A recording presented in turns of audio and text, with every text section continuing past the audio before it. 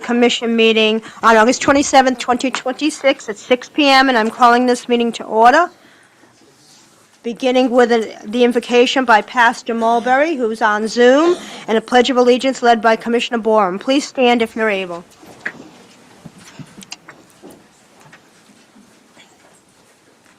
Good evening, everyone. Father, again, thank you for another day. We thank you, God, for your goodness towards us.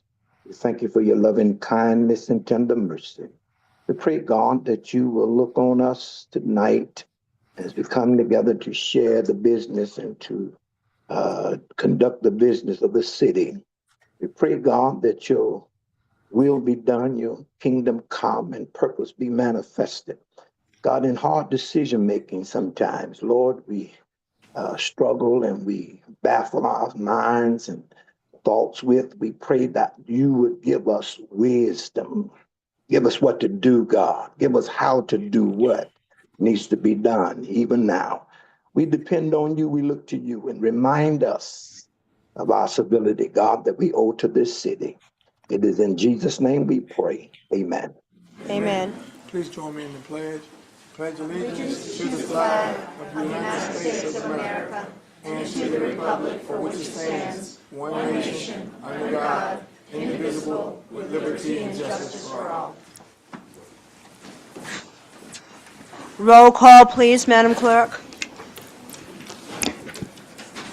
Commissioner Davis? Present. Commissioner Campbell? Present. Commissioner Borum? Present. Commissioner Jones? Mayor Carrera? Present. Thank you. We have quorum. On to approval of a minutes, July 23rd, 2026, regular commission meeting, and August 5th, 2026, special call meeting. Motion to approve minutes as printed. Second. We have a motion, a second, all in favor? Aye. Any opposition? Motion passed. On to public recognition in the spotlight, Employee of the Month, Mr. White.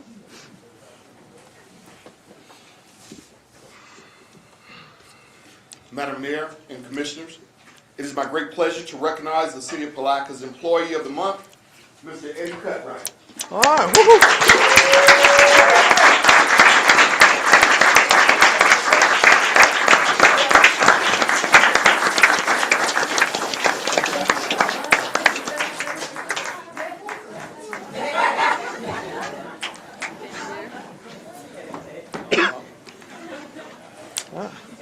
Wow.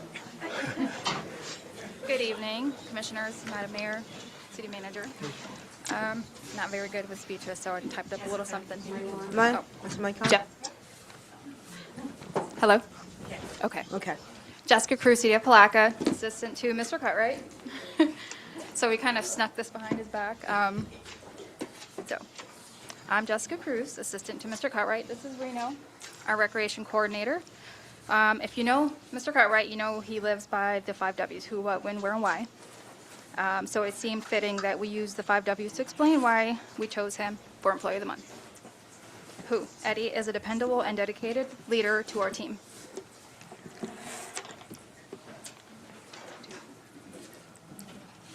Please stand and talk directly into the mic, because it is hard to hear What? sometimes. He gets the job done and is always willing to help. Whenever he is needed and not needed, he always shows up. Wherever there's work to be done, and why? Because Eddie genuinely cares about the city, his staff, his co-workers, and our community. That is why we are proud to select Eddie as the Employee of the Month for the City of Palatka.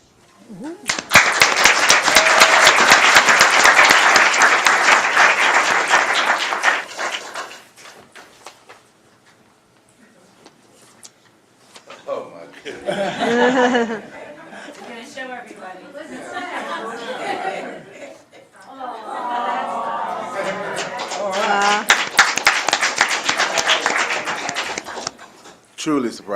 Truly surprised on this one. Honestly, I came here stressed out with other things on the agenda, but this has actually lightened the load on that.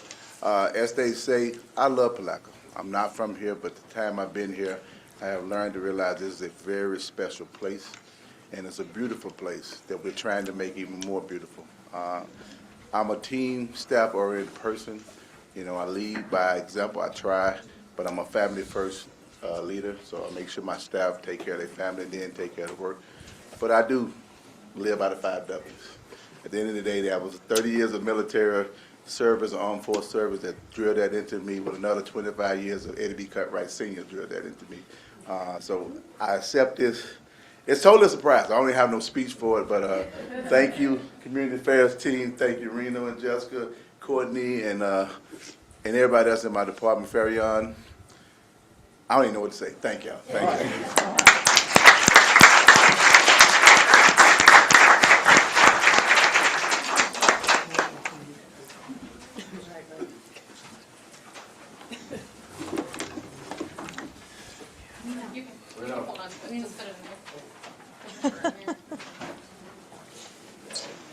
I'm telling you, I'm getting that tomorrow.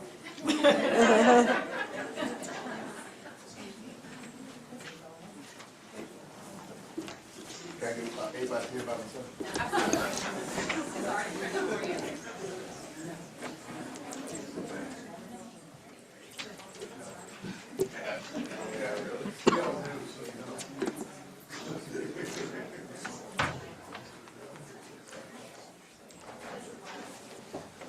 I'm going to read the proclamation issued by the City of Palatka for International Overdose Awareness. Whereas overdose continues to impact individuals, families, and communities across the nation, including the City of Palatka, and whereas International Overdose Awareness Day, observed annually on August 31st, raises awareness, reduces stigma, and honors those lost to overdose, and whereas for 25 years, the observance has united communities worldwide in remembrance, prevention, and support for treatment and recovery, and whereas the 2026 theme, 25 years on, still needed, highlights ongoing progress while recognizing overdose remains a critical public health concern. And whereas overdose is preventable through education, naloxone access, evidence-based treatment, recovery services, and community collaboration, and whereas the City Commission acknowledges the dedicated efforts of prevention professionals, healthcare providers, first responders, recovery advocates, community organizations, families, and individuals in recovery, and whereas residents are encouraged to learn about overdose prevention, support affected individuals, and help foster stigma-free, compassionate conversations. Now therefore be it proclaimed that the City Commission of the City of Palatka, Florida, designates August 31st as International Overdose Awareness Day and encourages all residents to honor those lost, support families, promote recovery, reduce stigma, and take action to prevent overdose deaths. Be it further proclaimed that the City Commission invites residents, organizations, first responders, healthcare providers, recovery advocates, business and faith-based groups to participate in observances on August 31st, 2026, in recognition of the theme, 25 years on, still needed. Together, remember those lost, support those who grieve, celebrate recovery, and affirm our commitment to preventing future overdose deaths. Do we have a motion to approve? Second. We have a motion and a second. All in favor? Aye. Any opposition? Thank you. Hi, Ms. Russo. I'm going to present this to you, and if you would like to say a few words. So the Putnam County Behavioral Health Consortium is sponsoring this event. It's going to be at Westminster Hall, and it starts at 5 p.m. Monday, August 31st. We are starting with the resource fair, and that'll be followed by some recovery stories from someone who has lost a loved one, others who are in recovery, and then we will do a memorial of calling of the names of those who have died, and then a walk over the bridge. So we welcome everyone from the community out. It's a free event, and we hope to see everybody there.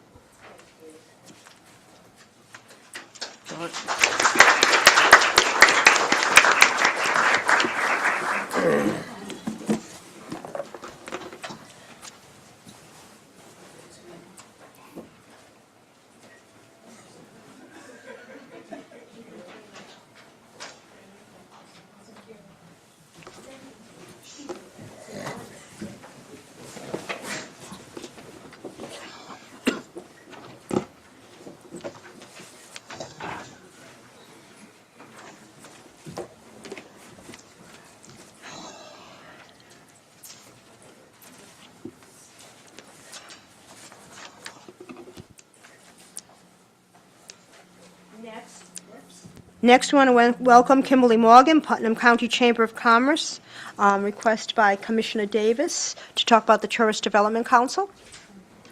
Welcome, Ms. Morgan. Thank you, Mayor, and thank you, Commissioners, for having us, and city staff. Thank you so much for all that you do. We work closely together, bringing visitors and welcoming visitors to Palatka and Putnam County every day. So I just wanted to give you all a quarterly highlight of some things that that have happened in the world of tourism, and we'll go ahead and y'all. This is a. I'm probably going to read you a few others. I think I sent the wrong. Maybe we sent the wrong one. July 4th, we had 3 pages worth of July 4th events that were happening in Putnam County. We know how to celebrate our America's birthday, and that is something to be really proud of. So we continue to have a great special events team. Your team plays a pivotal role in that, and there's tons of great events happening year round.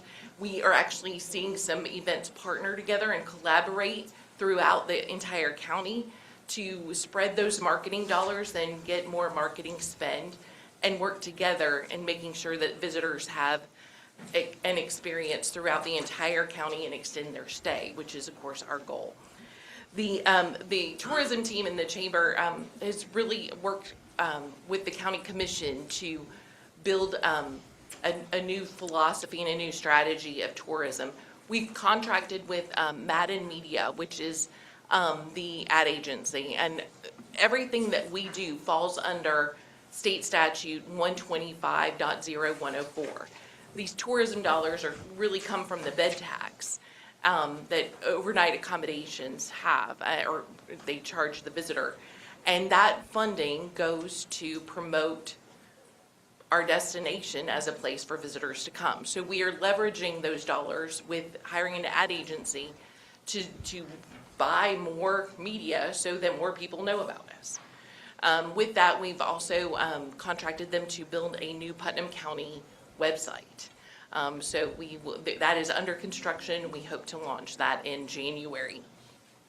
Also, we've got some new itineraries. If you all have your Visit Putnam app on your phone, there's a downtown Palatka tour that features all the businesses of downtown, and then there's a Dock and Dine tour, and those are those are great tools for those fishing tournaments that come in, and visitors that come 365 days a year, which is ultimately our goal. So those are just ways to feature the 9 waterfront businesses in the Dock and Dine tour.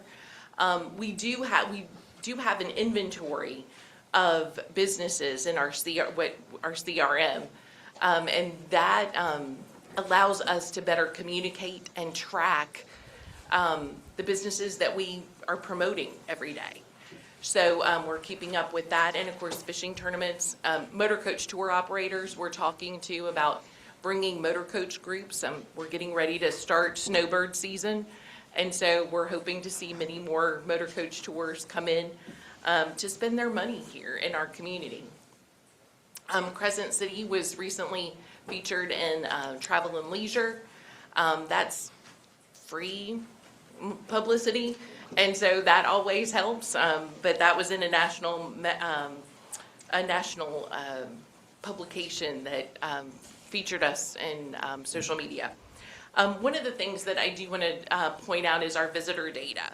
We are investing in data to really understand who the visitor is to Putnam County. And one of the things that we've noticed is that we're paying attention not only where they come from, but more importantly, how much they spend. And what we found is that even though our friends, our neighbors to the north in Jacksonville, they come here, they're in our top 2 markets, they actually fall to number 3 in their spend. So we're going to invest more marketing in Orlando and Tampa because those visitors spend more and they're coming here. And so we have some data that shows you that. And then from the marketing projects, see there's some vacation rental data too. We're tracking that. Vacation rental data is probably one of the hardest to track, but we are tracking the occupancy, the rate, and really just trying to find out when that sweet spot is, when our marketing should hit the consumer so that they book and spend their money here. That's the goal. My time is up. So, thank you all. We've got a ton of great initiatives, and I'm happy to talk to you more about all of those later, one-on-one, however you'd like to learn more. Just a question. What events do we have coming up? Are there a couple of major things that we have? There's several major things. October starts a ton of events. I'm thinking like right now, there's still, I'm sorry, my brain just left. September, those are from the previous, but upcoming events, hold on, let me get this.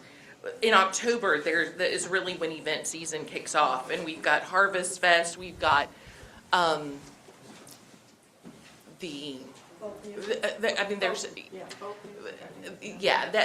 there's also an art component that they're adding to it. So it's a kind of like a new, a reinvented event, partnered with the with community relations with the city. So There's also Gallup is coming up, is that in November? and that's in November. There's a wine There's stroll in October as well. Yeah, there's in Crescent City, in Crescent City, yeah, on the app. In Crescent City, there's a bike fest, there's no shortage of events. There's something happening every weekend. Whether it's, there's a wine stroll coming up in October, there's a lot of different things. So there's, like I said, it's something for a lot of different people that have different interests. There's the occupation of Palatka is the last weekend of September. So there's a lot of great ways to celebrate not only the community, but the stories that are here. Thank you. Thank you. Thank you. Item D, The Gathering Place Worldwide Incorporated. Madam Mayor, I do believe that item should have been pulled. Okay. Thank you. Putnam County and City Palatka 309C Water Wastewater Project, Speaker J.R. Grimes, Deputy County Administrator. Mr. Grimes. Good evening, everybody, and thank you so much for your time. So many of you may know, we've approached a couple different scenarios, and like I'd say, thank you today because it's the first time we've been able to have the conversation in here. So I think it's a great day that we've at least moved it that far. So thank you to your staff. They were absolutely amazing. We sat down with them, I think back in May with Chief Shaw and the wastewater treatment folks and the water treatment folks, and kind of come up with a conceptual plan and said, will it work? And we had some conversations, and then we furthered it along, and here we are today. So I think our ask is it even plausible, right, for us to, as the county and city to come together? The county has been a recipient of a $2.4 million grant from the Florida Department of Commerce to extend or provide water in that 309C area. So conceptually, I know you guys got a report. It was a very good presentation from Jones Edmonds yesterday that showed some capacities and shows like you have some water capacities and some wastewater capacities that could be given. So I think our ask is it even plausible to get our engineering teams to work together to look and see if it's something we could do, whether it's the county buy water from you guys at wholesale rate at 309C and where it ends there on 309C and move it towards the project scope, which is on the south end of that development. Or is it something the city wants to lead a project? I mean, there's just so many different alternatives here, but we just need to know, is it even a plausible idea to run the utility outside the city boundary?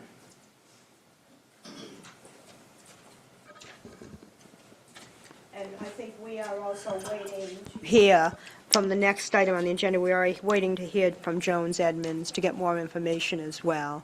Okay, so that's just a conceptual idea of whether we buy it like currently at a master meter type scenario like we have it currently with the MOU at the Port Authority. It's also the same way it is at the Sheriff's Office, where we buy water by the 1,000-gallon rate and or pay a usage fee for having a large meter there. That's how we currently do it today at the port. Is that even a plausible idea? So, I mean, I guess maybe we should hear from Joan Evans first, and I'll stick around and see if something's Okay. plausible at the backside. Thank you, Mr. Grimes, and we'll do that right now so we can hear from that. I did have a couple of folks that submitted a public comment on this agenda item. Benji Bates.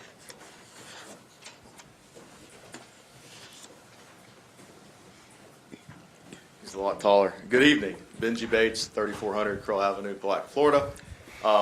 You know, they say the best time to plant a tree was 20 years ago, and the next best time is today. I think that same thing happens with infrastructure. I think we have a proven system we can look at, the gas authority. The gas authority goes where there's a need. They don't look at jurisdictional boundaries or things like that, and I think the city's then seen that revenue come back. I'd like to see us look at infrastructure the same way. You know, economic development doesn't stop at a city limit. And I think it would be great to see the city and the county work together on a project like this to extend that without annexation. Now, I understand there's enclaves, there's other issues, and that's a separate conversation. But I think this is about the expansion of those services to help support future jobs, future investment. Again, many of these dollars, regardless of what happens in November, they're non-homesteaded properties, and we know those are going to be there. And I think this community should welcome those and provide that infrastructure. Because without infrastructure, businesses can't come. We can do all the marketing we want, but if we don't have sites, we don't have available land, and they don't have the site to go with that infrastructure, they're not going to come here. So I think this is a great opportunity for our community to really come together, you know, and show that, hey, the city and the county, we care about this community, we're looking past some jurisdictional boundaries, and we're going to serve the citizens of Putnam County and provide that infrastructure. Thank you. Thank you. Ms. Pavlis?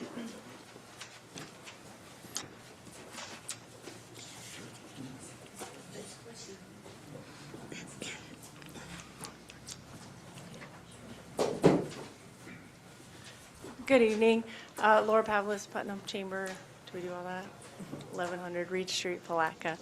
The Putnam County Chamber of Commerce Board of Directors held our meeting on August 19th, and we took a motion of support for the infrastructure improvements and for this project. And so I have a formal letter. I won't bore you with reading it, but just wanted to be here tonight to, again, express our extreme support of the project and the infrastructure expansion and the opportunities and the job corridors that we know that whatever solution is found and resolved to support all this, we know that that infrastructure solution is going to provide for expansion of that corridor in that area. So I'll distribute these, and that's what we wanted to express, is just that we really, really support this project. We support what it does for the community.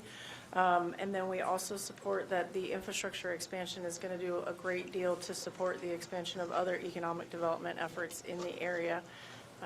Past that, you know, the solution is up to the stakeholders to come to, but we support whatever is found to be a good solution. So. Thank you.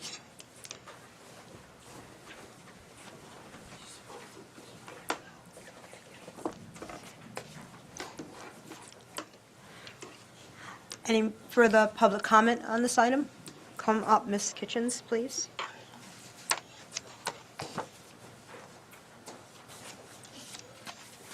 Allegra Kitchens, Palatka, Florida. I fully support this project if the city will extend their water and sewer system to utilities outside the city limits without annexing into the city. It's a win-win for the city.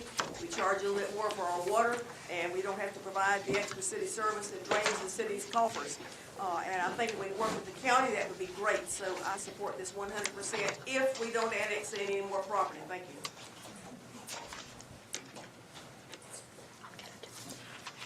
Thank you. Is there anybody else here for public comment? Seeing none, we'll close public comment on this item. On to F, water and wastewater service alternatives for proposed Palatka Motorsports Development, presenter Brett Goodman, P.E. Jones Edmonds. Madam Mayor, if I might, before Please, Ms. Curry. So upon coming into the city on June 17th, Maybe on that same day or a day after, I was visited by Mr. Leota Wilkinson, the chair of the Putnam County Commission, as well as County Administrator Suggs, and they were both interested in an appearance before this board to speak about this potential partnership.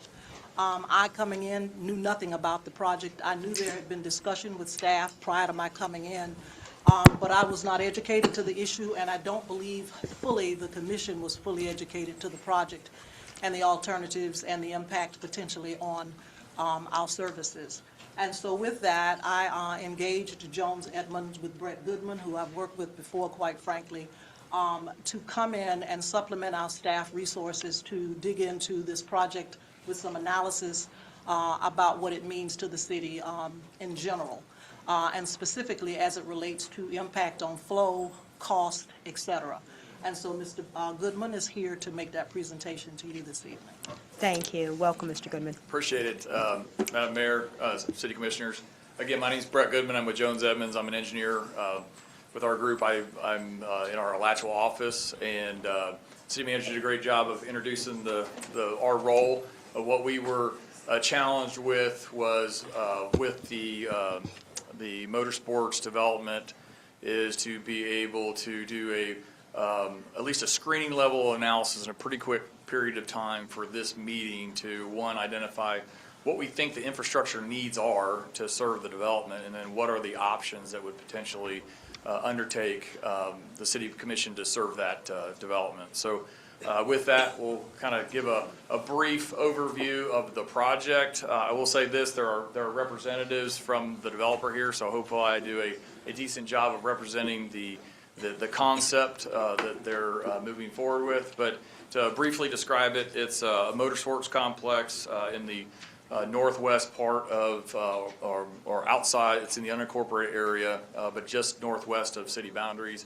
It's a pretty significant investment over the next first phase, over the next 5 years. The idea is having a road course, having garage units, clubhouse, fuel, food service, and then in the future to build that out and potentially contemplate other types of activities and events at that establishment. So one of the things with the PUD that was approved by the county, one of the conditions of that is that development needs to be served by either centralized water wastewater services that would come from the city, or do some alternative that is approved by the Florida Department of Environmental Protection. And so what we're trying to look at is how would you serve that development from city utilities. And so next slide.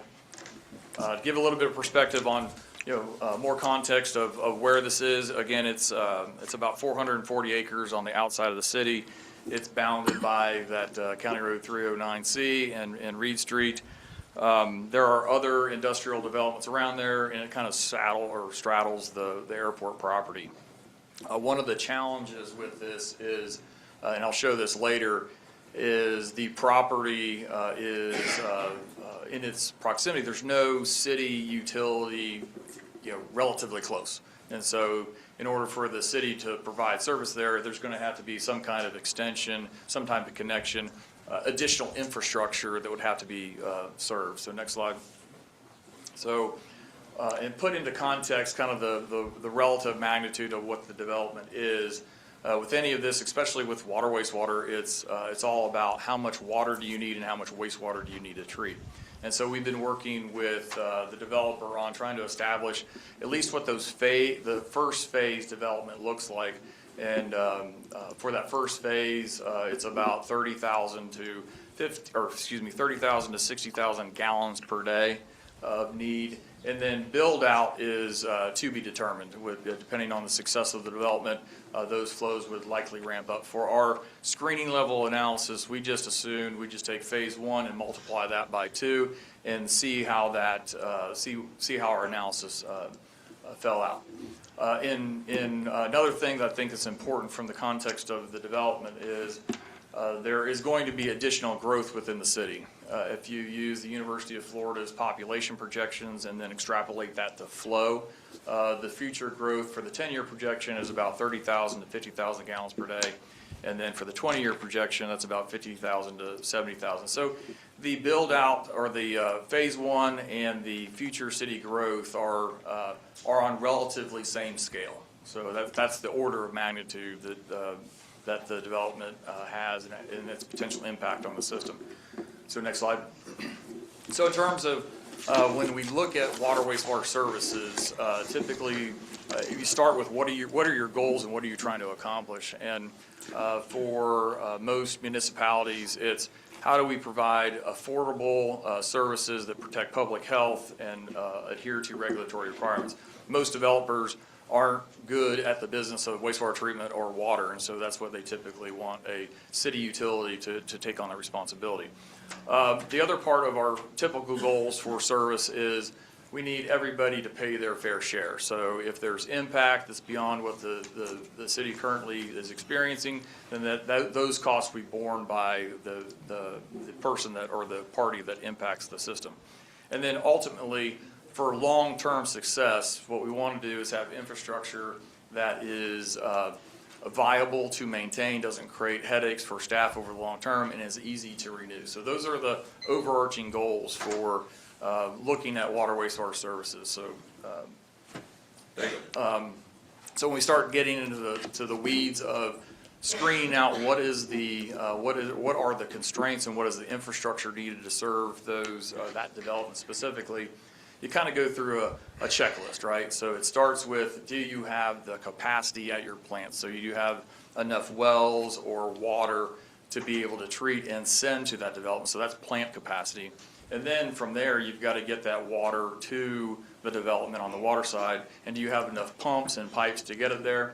And then there's oftentimes specific things that are related to development that you want to make sure that in this case, if you have a long extension from an operation maintenance standpoint, you want to be careful with having long, big pipelines that ultimately stagnate. You have water quality problems. And then for this development specifically, every development has a little bit of a signature on its demand. So this is going to be, could be an event-based facility. So the flow needs during the day for an event are going to have a different demand pattern than, say, a homeowner. So we need to consider that. And the same thing happens on the wastewater side. So, right, is once you get the water there, then you need to bring it back and treat it. So do you have the plant capacity to be able to treat that? And then ultimately, do you have the collection system capacity to transmit the flow from that development over?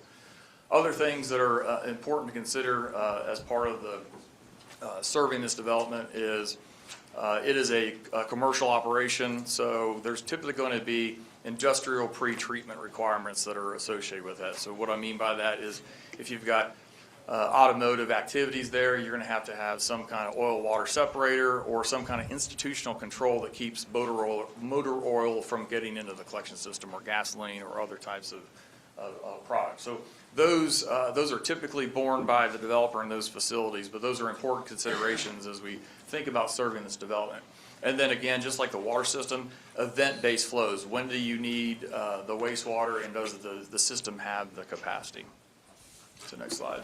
So for the kind of working through the checklist of capacity and infrastructure needs,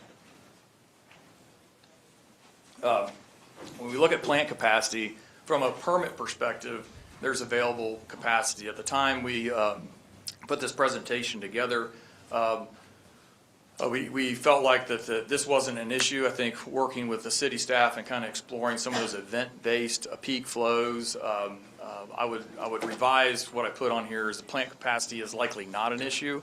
I think there may be some challenges with high service pumping capacity, not get too far in the weeds, but from a permitted capacity, I don't think this is the big issue, and what we'll ultimately be concentrating on is the wastewater system.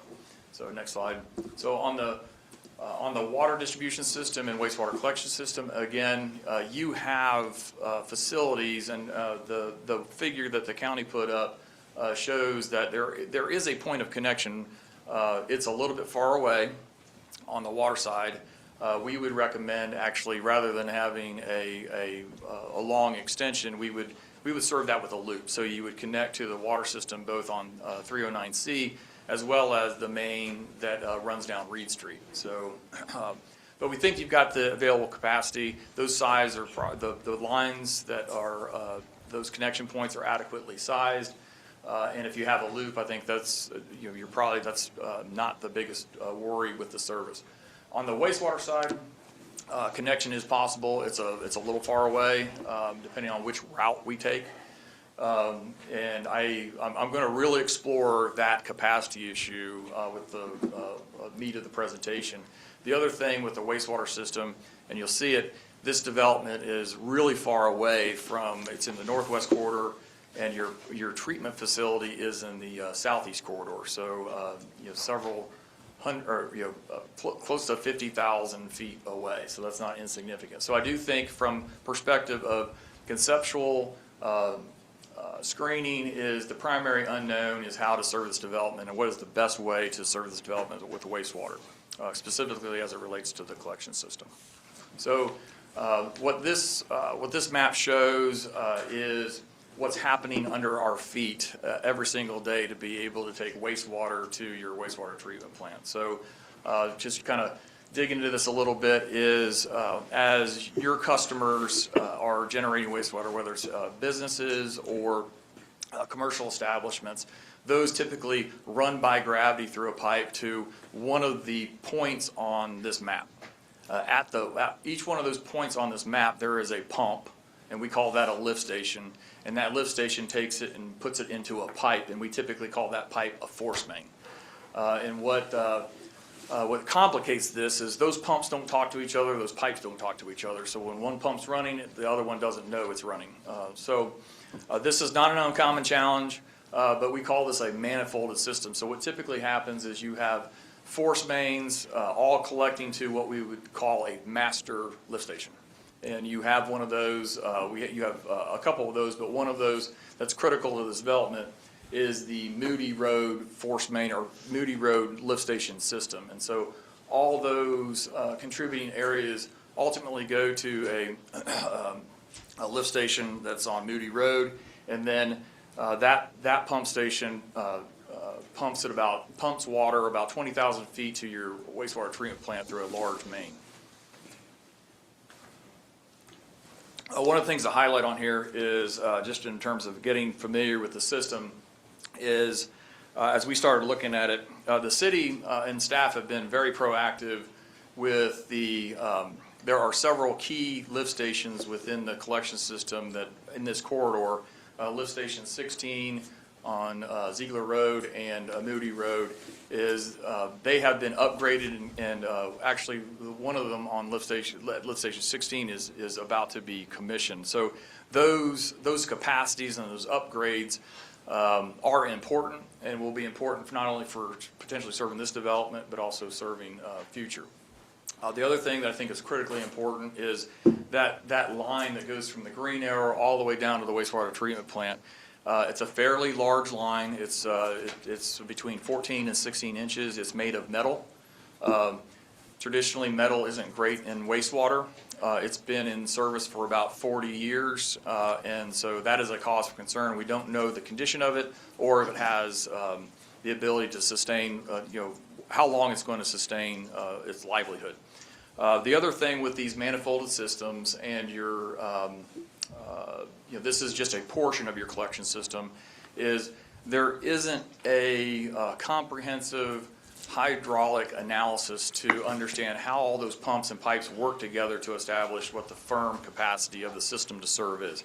It's not an uncommon challenge, but it makes it difficult to ultimately assess what you can serve and what you need to serve into the future. So when we were faced with that problem, next slide, is what we try to break it down with working with city staff, development, started talking to the county, is what is the best way we can just connect, let's just say phase one to your facilities. And so we really started to identify what are the feasible routes to do that and where does it make sense. And then from there, go to the next slide, is once we get it to the system, how are we going to route it through what I would call from Area A to Area B, both from a water perspective as well as a wastewater perspective. And in order to do that, what we did, without doing a large comprehensive analysis to screen out all the alternatives, is we did some, I'd say, conceptual level modeling, but not thorough, detailed hydraulic modeling, just to give you some perspective on what it would take and what the infrastructure needs are for this development. So next page. So from that analysis, that conceptual level work, back up one, please, is here's what we feel, based on our understanding right now of the system, is what you would need to serve this development from both a water and wastewater perspective. So from the water side is you would connect essentially the blue line is the water line, and you would connect to a main that's on County Road 309, similar to what the county said. But we would go ahead and continue to extend that up through the development and connect it and backfeed it from Reed Street. So that's the concept on the water infrastructure. On the wastewater side is, I think there's two potential routes. One of them is very similar to what the county proposed, is coming down 309C, and dumping that into the collection system and ultimately going to one of the lift stations. It would currently go to lift station 16, that ultimately pumps to that master lift station and takes it to the plant.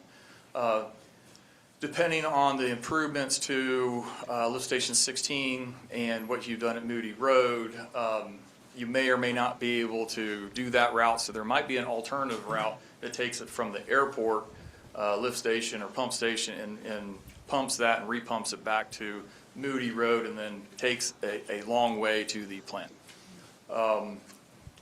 Depending on the capacity of that system, you may be able to use existing infrastructure.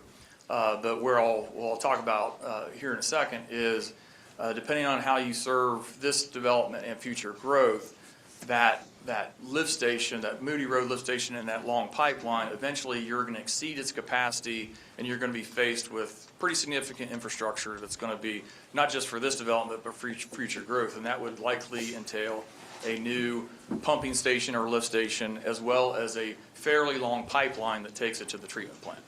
And so that's what I'll go through, kind of the options that are there to go through some scenarios that kind of bracket what you would do to serve phase one, and then ultimately what it would take to serve the city and the build-out growth. So to serve phase one, as I showed on the graph for the figure earlier, is you're going to have about a 10-inch, 8 to 10-inch looped force main through the development. It's about 15,000 feet. And then on the wastewater side, you're going to need a 6-inch pipe or force main that is fed by likely a lift station, a private lift station on the development that would then go into either down 309C or across Reed Street and down to Moody Road. And that would be about 8,000 feet of force main piping. The order of magnitude cost is on this alternative between 6 and 14 million. The thing I want to stress here, we are from our conceptual level, planning level costs, we're typically pretty conservative. We do that because we want to make sure, if you're doing budgeting, that as we get into more detailed planning and we get real costs and real bids, we never want to get ourselves in a spot where the city's cut short. So if the bids came in higher, there'd be a gap, and then you've got to come up with funding. So again, these are conservative costs. The other thing that I want to stress with the alternatives is that the big driver here is the length of pipe. You have large or long stretches of piping that definitely the costs are sensitive to that. So this would be the order of magnitude for serving phase one. And then as we build out, go to the next slide, please, this would be my estimate for what the best case improvements to the existing system based on our assumptions for what that future development flow requirements would be. You would have, again, that water main, and then the minimum infrastructure that would be needed for the best case improvement is you still have that force main, but you might have to do some more extravagant improvements to a pump station, like resize that, make it bigger, or make a pipe bigger and make that easier, or minimize the amount of impact to the existing system. So the existing, you can still serve the existing system, but you might have to upgrade some of the pumps. And that's exactly what's happening now at both that lift station 16 and lift station 25 because of the growth that has currently occurred. So that's a best case. On the worst case side is similar to what I mentioned earlier. If you have, if we've made the wrong assumption on that future build out, and it's more than 2 times, or there are changes from a conceptual level, it's no longer just a small tie-in, a small change to a pump, changing horsepowers or some pipe sizes at the lift station. It's you're building a new lift station, you're owning a new lift station, and you're building a long force main to the wastewater treatment plant. So that's a worst case scenario. Again, the other thing I did want to stress on the previous one, what we have assumed is these don't have capacity limitations of the plant. We're still trying to do our due diligence with that. And then go to the next slide. I think it's important though on to evaluate the if the city were to serve the growth that is likely coming within the city proper and this build out. I do think at some point it's going to trigger a new master lift station and a new line, a new home run, as we call it, to the plant. So, and that's again with the build out and city growth build out, the order of magnitude costs, as you see on the presentation, they climb pretty drastically because of the amount of piping you have to install. 30,000 feet of 10 to 12 inch force main from somewhere mid-city all the way down to the southeast part of the city. So those are, to summarize that, won't spend too much time, is so this kind of brackets the infrastructure and also brackets the cost. So from a screening level perspective, that was kind of job one in terms of, go to the next slide, in terms of narrowing down. Is there are still some things that we need to finalize, continuing to work with the developer in the county on and the city on what is that build out and what are the projected flows to be served. That will probably play a role in how we route wastewater ultimately. And then from that is trying to get a really good handle on, rather than doing a cursory hydraulic analysis, really putting together a defensible hydraulic model to really have a strong understanding of how those different pumps work with each other and what your true capacity is. Once you do that, start bracketing your uncertainty, you start to understand, rather than going from order of magnitude costs, you start to narrow it down from 50,000 feet, getting it to implementation phase. And so those are the things that will have to happen. So next phase. So that's kind of the infrastructure. Now, the other challenge we had, or what we were tasked with, is what are the potential pathways? And you heard one of those pathways before with the county. The 4 that we see are, first one is don't connect to the utilities. The second one is connect to only serve the build-out capacity of the development. The next option is connect, but with the foresight and proactiveness of oversizing the capacity, so you don't just serve that development, but you anticipate future development and future revenue sources along that same corridor. So, and then the fourth one is providing wholesale bulk services to the county. And so those are the 4 options. To quickly go through those 4 and kind of get to the matrix of the pros and cons of each one of those is, next slide, on option 1. You can't read that, so sorry about that. And I apologize to the audience, but bottom line is, if you don't connect to the utilities, that is by far the city's least exposure in cost, but it really limits your participation in future growth in that corridor and future revenue opportunity. Option 2, connect and build capacity for that development only. So what that entails is just serving the development. It's most of those, if not all those costs, would be borne by the developer, because those are the impacts to the system, and it's very easy to define, demarc what it is they're buying and what they need to supply as part of the system. But when you do that, you can't come back and knock on the door and put another customer on that pipeline. It'll be much more difficult. So that's where option 3 comes in, where you connect and oversize for the growth and operational flexibility. So this is the highest outlay of capital for the city, which entails the highest risk, but it does position you. It's the best pathway positioning you for system growth and future revenue expansion. And then the fourth one is not dissimilar from the second one. When you're just serving the utility, in this case, you would be wholesaling that water to the county, and they would take responsibility of it. You'd still have revenue through your bulk service agreement, but you wouldn't have to expend cost for extending those services, but the county would do that, and they take it over. So to summarize that, next slide, is of the 4 options, what I try to lay out is, the pros and cons, the plus and minuses for things that might help you inform how to participate in this project. So under the first one, on option 1, it's the do not connect. So in terms of city capital exposure, there's none. So there's very little risk, but also there's no revenue. And so there's, that is what it is. City control, you don't need any control because they're getting those services from somewhere else. A risk is relatively low, and the growth opportunity obviously is not available. You're taking that off the table. In terms of if you just serve the development only, again, that's, I would say, your minimal capital outlay. You're gonna isolate and define what it is the development needs to serve them solely, and they will bear that burden as an impact fee or some participation in that. But the good news with that is they are a new revenue source. In terms of city control, typically there's going to be some negotiation. If they're going to outlay that capital, they're going to want to have a say in the facilities, and so you lose a little bit of control there. And then, so from that perspective, I would say the risk is moderate.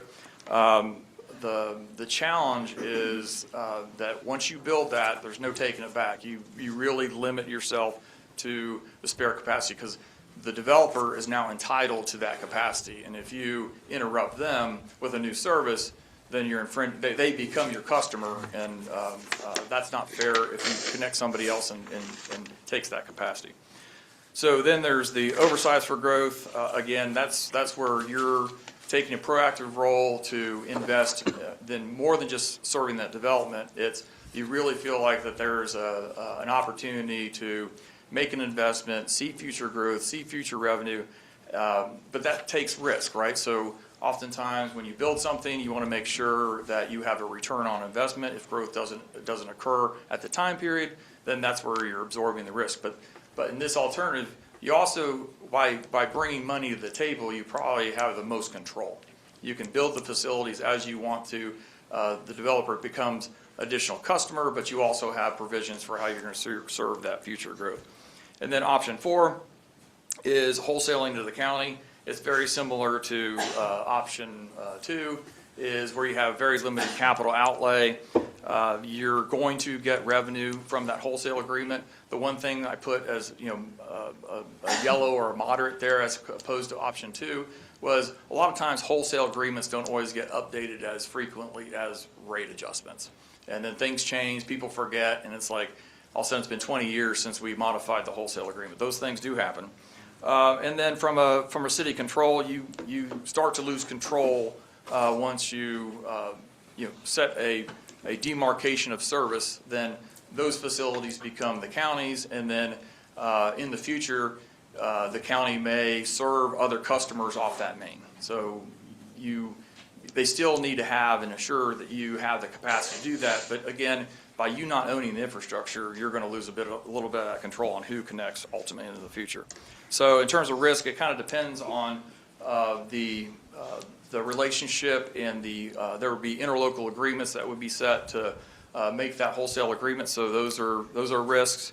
And then from a growth perspective, is really if you in either case, you want to be working with the county and to identify what is their long-term needs. If it's more than just serving this development, really need to make sure that the existing infrastructure is size adequate for that. So to conclude is, next slide, is another way of looking at this is from the strength, weaknesses, and opportunities perspective. From a, typically with this type of exercise is there are going to be things with participating in this project that are favorable to the city. Those are your strengths and opportunities. And then as we go through this and we go from the 50,000 foot line to implementation, there are weaknesses. Right now, we don't have all the information.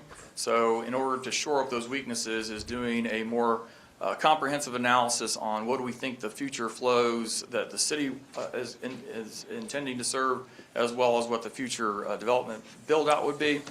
And so those will help inform and shore up our weaknesses. And then ultimately, what are the threats? If we're never going to have all the information needed to make a decision, but if we can identify those things that are challenges, so if you build something and growth doesn't come, what are the things we could mitigate to do that?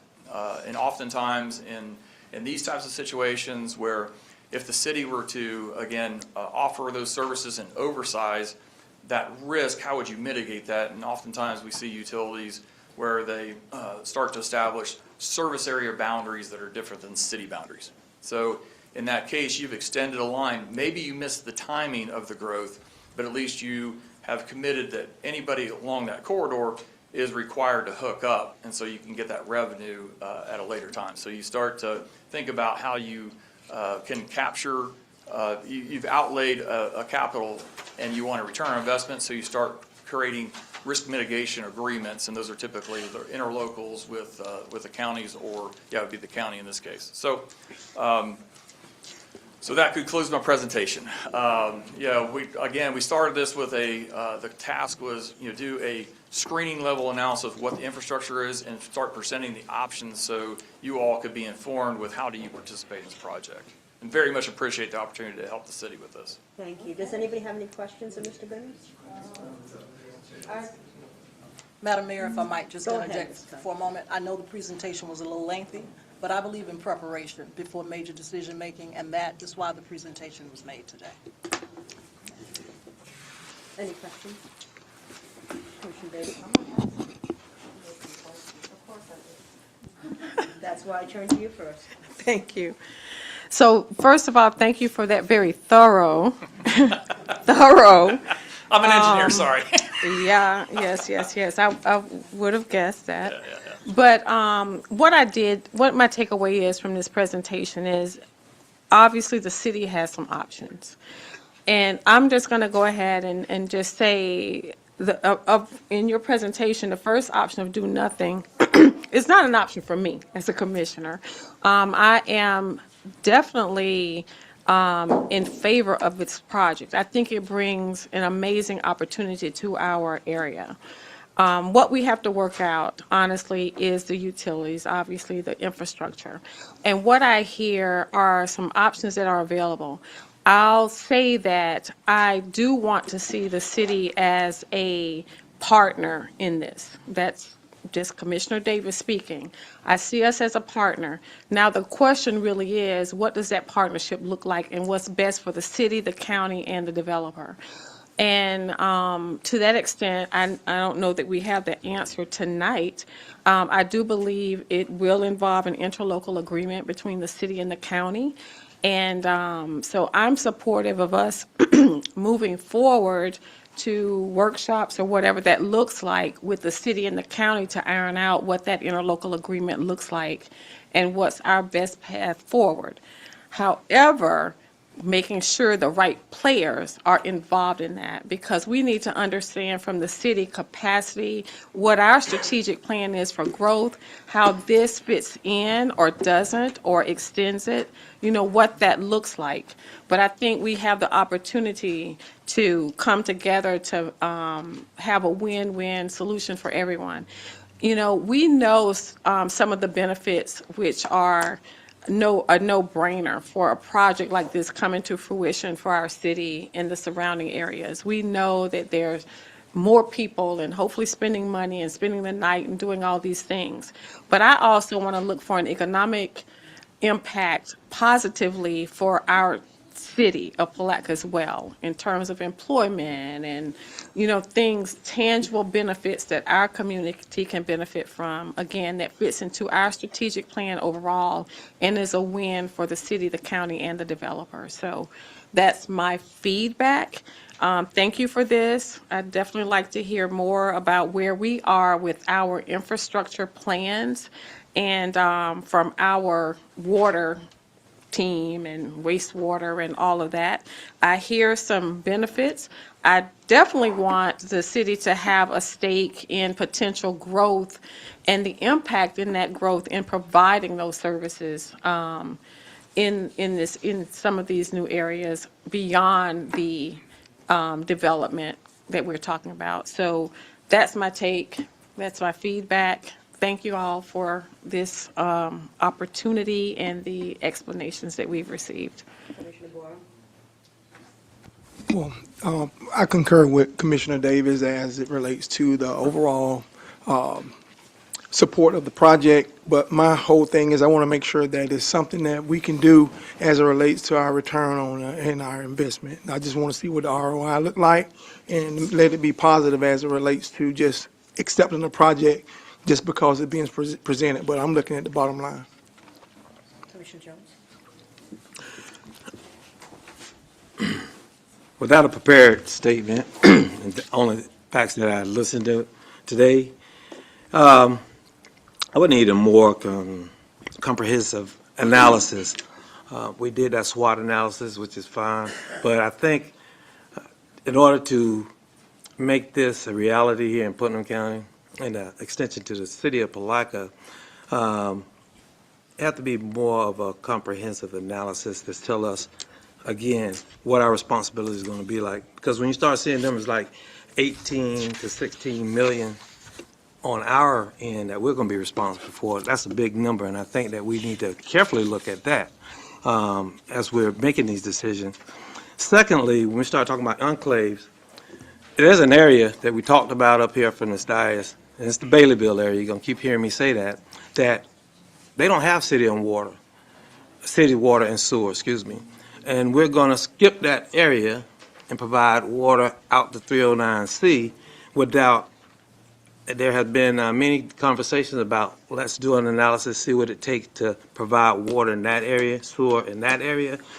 There's something coming up tonight with some annexation issues or asks, and there are going to be other areas of concern as far as providing capacity water and sewer, like the projects that we have on St. John's Avenue now with the housing developments. So we can't forget about those developments that we already have, and we're going to have to provide water and sewer in those areas to jump on a project that, yes, the county, they're coming with this project, and it sounds very good. But what I haven't seen is, where have they done this water sports park, motorsport, excuse me, I'm thinking about this like that, the motorsport park, so that we could probably go and look at the feasibility for our area where we could actually compare, have some comparisons of how it was done there. When I think about preparing for the future, I remember in 2006, between 2006 and 2008, we did West Larson Business Industrial Park, projecting that that's going to be a booming industrial area. It hadn't happened. So we have some infrastructure out there where we haven't brought a lot of jobs in. And this is, it sounds good, but to me, I'm speaking on a personal level with facts, that I haven't seen these, sometimes these concepts come to reality for us in our county, especially in our city. As Commissioner Bourne said, we need to see some economic impacts for our city. And that is going a little bit outside the city limits before we take care of our constituents within. And so, not shooting it down, however, I would like to see more before we make that decision. And that's going to include more conversations that we need to have to talk about our constituents and our neighbors that we need to provide services for. So that's my take. Thank you. Commissioner Campbell? I think in agreement, and not to belabor the point, that throughout the presentation, there was a outsounding that there needs to be additional conversation. So I believe that this is an opportunity to start that conversation, and I'm happy that we have Chairwoman here from the commission, Commissioner Wilkinson, and we have the county administrator as well as other staff, and this is the beginning of what could be great for our community. But again, I would like to have additional conversations, as Commissioner Jones has stated, to see what we can do to move this opportunity forward. I'm going to request if somebody from the county can come up, because there's timelines I think that you folks have and the motorsports complex has, and I just would like to have a better idea of that, even though we have to have continued conversations, what we're looking at realistically here. Thank you. So I think we're okay with the timeline. Okay. We have a one-year term in I think the original, but we could probably get an extension. But the problem is if we wait 18 months to continue a conversation, we've waited too late. And a lot of times we tend to drag around and not get there to the table to speak about these things. To Commissioner Borum's point, there is no investment, right? I mean, there's a lot of numbers there that are real expensive. But as of today, the ask from the county was to run a water line from 309C to the master meter to the development, which was fully paid for by Florida Department of Commerce. So there really isn't an investment today, a return on the investment. We're looking to be a customer and pay you a monthly charge for water. That's the ask. So. Thank you. Anybody have any questions of Mr. Grimes? Can you just go ahead, Ms. Curry? No, Madam Mayor, members of the commission, we drug around for 60 days because I've been here for 60 days and I needed to get educated and I needed to educate you, and that's what happened tonight. I am happy to facilitate conversations going forward with the county. I'm ready to do that. I'm armed with information. I'm hoping that Mr. Goodman will stick with us along with Brian and Sean so that we can advance these conversations, boil it down to what is necessary for you to act upon, and be able to do that without dragging it out any further than it needs to be drug out. And I think that would be, I guess, I would assume the direction of the commission would be for Ms. Curry to move forward in discussing the particulars with the county. Mr. Lagasse? Hi, Scott Lagasse. We're with the project, and I'll offer any input that you need from us, any information you need to see. You're welcome to come on site at any point. What you'll see to date right now is a beautiful piece of property with a track carved in it, so we are moving forward.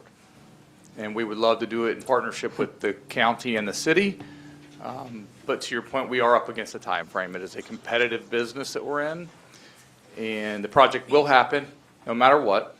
We've got, unfortunately, we have backup plans we have to for our investors. What happens now is the longer we go, the lesser the project becomes. So the county has been phenomenal in their offer of how they're doing this. They facilitated a grant with the state, so there's not expense out of pocket. So if anyone needs anything from me or our group, we have Matthews DCCM here, as well as Sid Ansbacher, two very prominent in their field. Anything you guys need, we're open book. Thank you.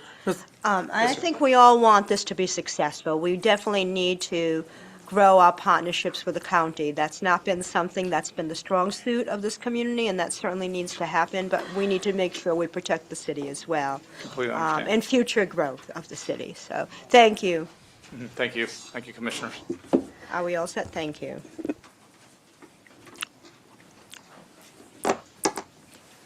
On to the Port Consolidated Site Remediation Funding Options, a recommended path forward.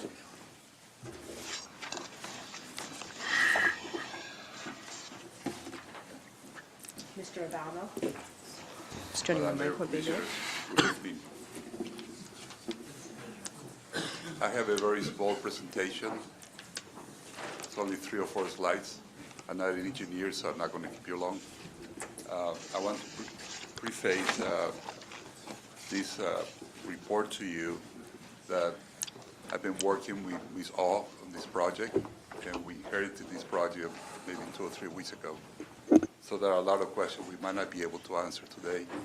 The DEP representative was supposed to be in this meeting. However, they told us they had a conflict and decided not to come.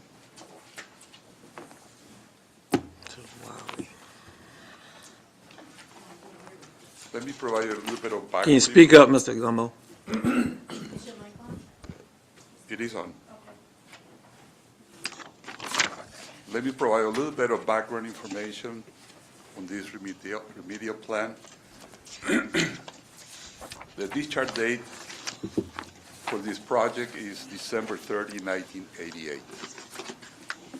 At that time, a limited scope assessment report was prepared and indicated that contaminated soil was present in the north and east sides of the property. It was a former gas station, and the facility had 7 underground fuel storage tanks.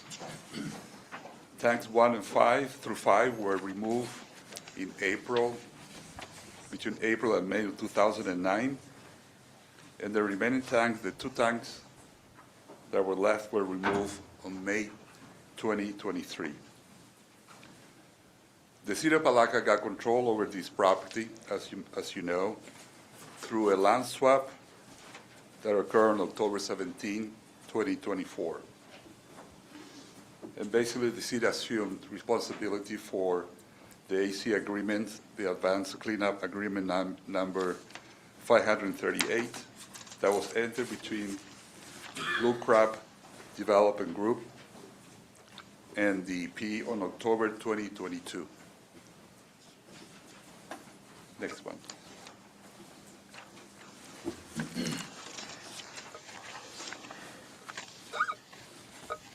Based on the information that we have provided by the contractor and the applicant on this, the current funding may not be sufficient to complete the remedial plan. The Advanced Cleanup Agreement established DEP funding ceiling of $211,065. Part of that agreement funding was already used in doing the initial remedial and assessment. So the estimated cost of the next remediation phase exceeds the funding currently remaining under the agreement. So the contamination has not been yet fully defined for the north side of the property. And because the assessment remains incomplete, the total cost required to reach regulatory closure is still uncertain. The parties involved, the consultants, the applicant, the contractor, they submitted 3 funding paths available for the city to proceed with the remediation plan. Option 1 would be to continue with the current agreement, and in that agreement, the funding will cap in allotments of $35,000, and then we can seek for a higher ceiling. The current contractor will remain, and the construction will be delayed, and the added funding for the completion is uncertain. Option 2, and you reapply. That basically is stop, the agreement that we have and reapply again to DEP. And in that scenario, the current contractor will remain if accepted. Timing, acceptance, and future are uncertain too.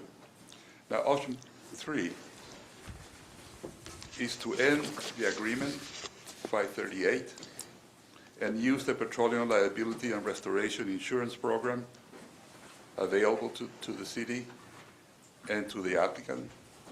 Proceed with it while eligible caps, deductibles, and co-payment are suspended. It has been suspended until June of 2027. So we have a window in which we can obtain more funds towards the completion of the project. Under this scenario, the current contractor, which is Monroe's consultant, will not stay under the contract. They will not continue. DEP will go to the second on the list that they had originally and enter into a new contract. Based on this, the city has to select one of the options. The recommendation from all the parties involved, including staff, is for going with the option 3. They have financial advantage. Earth coastal construction, active operation and maintenance work may be funded through the Inland Protection Trust Fund. Like I said, the current window with eligible caps, deductibles, and copayments are suspended until June 30, 2027. The trade-off, FPDP assigns a new contractor. Later monitoring or closure costs may remain if the suspension ends. So the requested direction is to end AC 530, proceed with the PL RIP, and return with documents at your next commission meeting with a resolution with this option. Questions? Commissioner Davis? Mr. Aragon? Yes.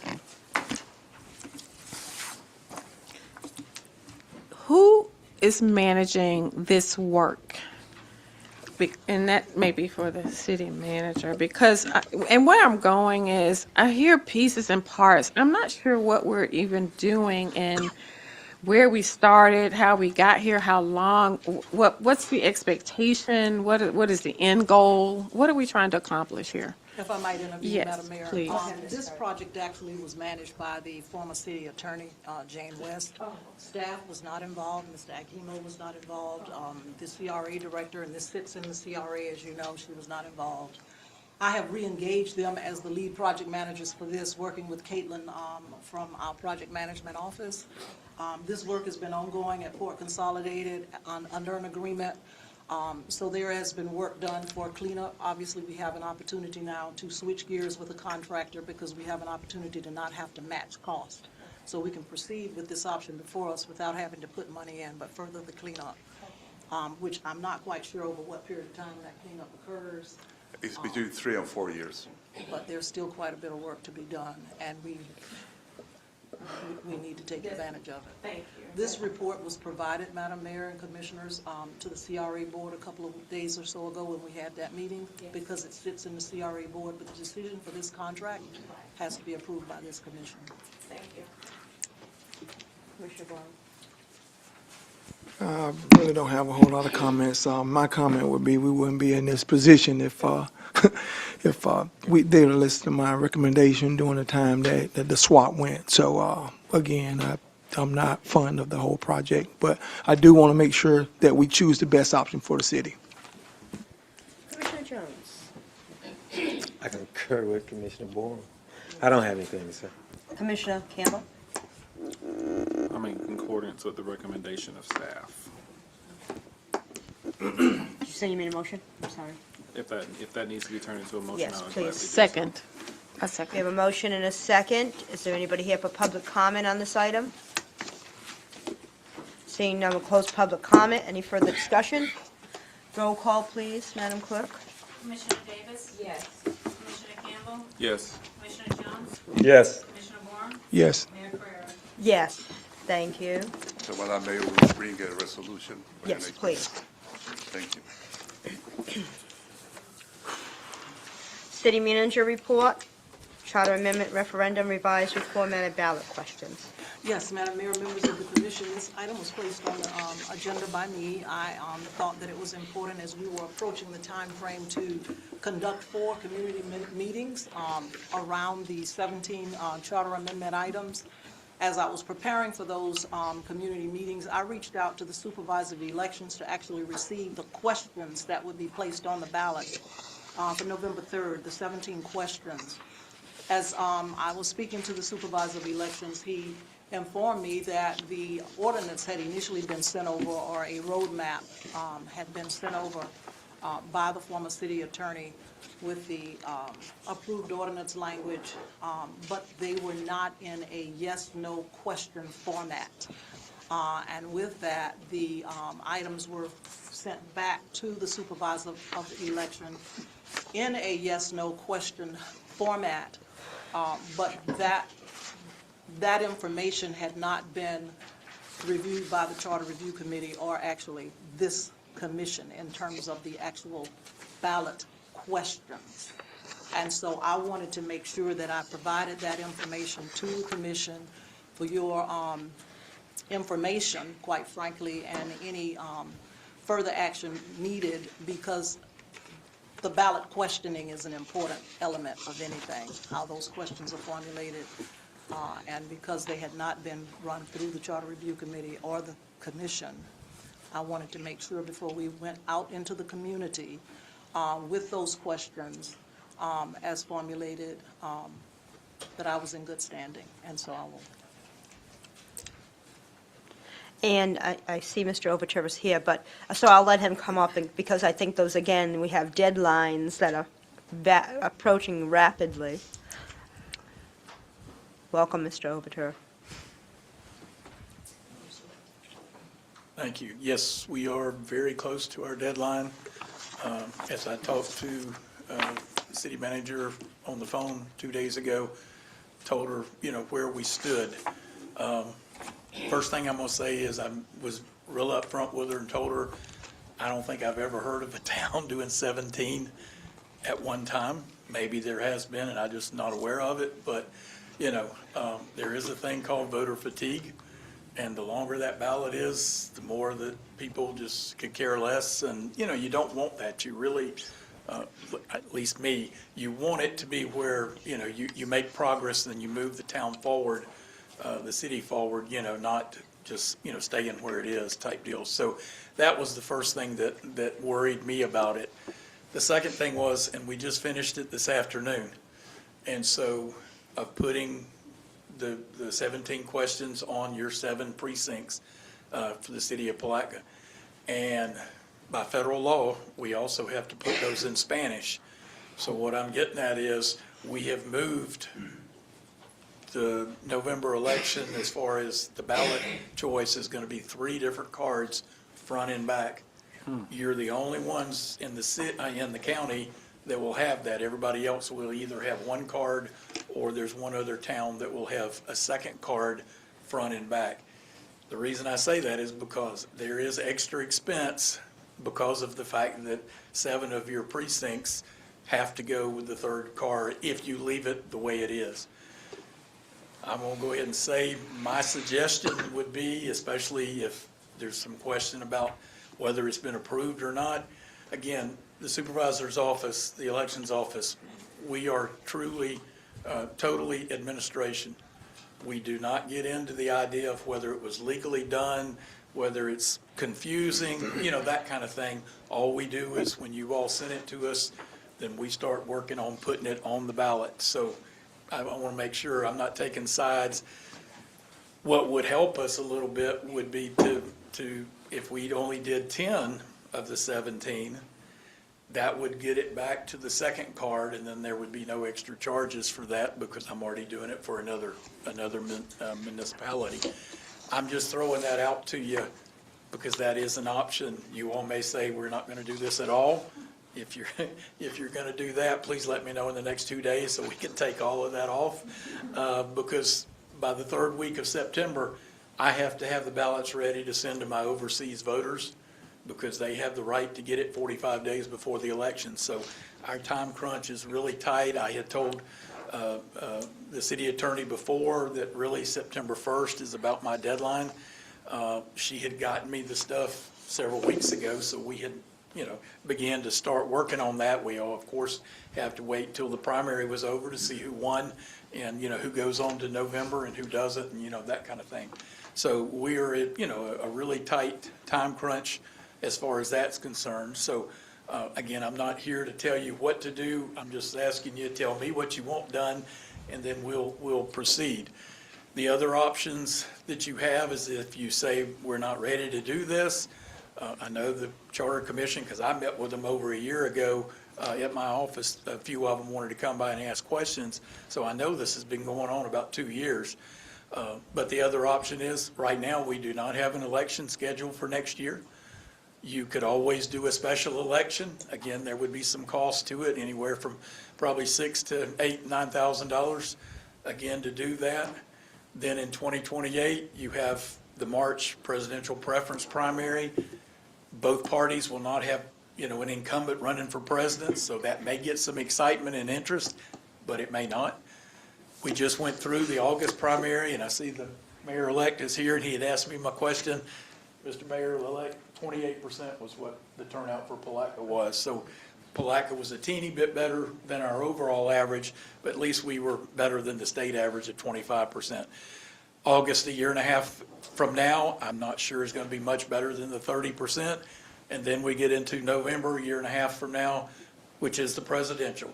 We just went through in 2024, 80.6%, which is the most Putnam County has ever seen ever by 8 percentage points. Whether 2028 will be that way or not, there's no way to tell, don't have a crystal ball, but we know that it'll be more interest in 2028 than there would be, in August or in March.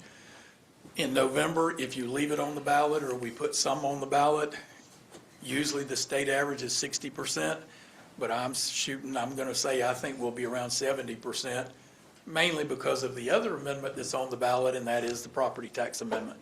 So I just want to give you the scenario of what I have to worry about to try to handle it for you all and make sure we do a good job. Thank you. Yes, Madam Mayor, so when we had the conversation with Mr. Overturf a couple of days or so ago, our city attorney, Ms. Hodges, was also on that call, and I know she has reviewed this item thoroughly, and will probably have some comments regarding it. Okay, thank you, Ms. Hodges.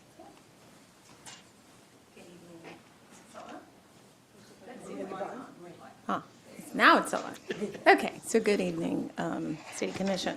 So yes, I don't know that I've reviewed it thoroughly in the 2 weeks that I've been here, but certainly I did spot an issue, I would say, with the ordinance that you adopted in March of this year.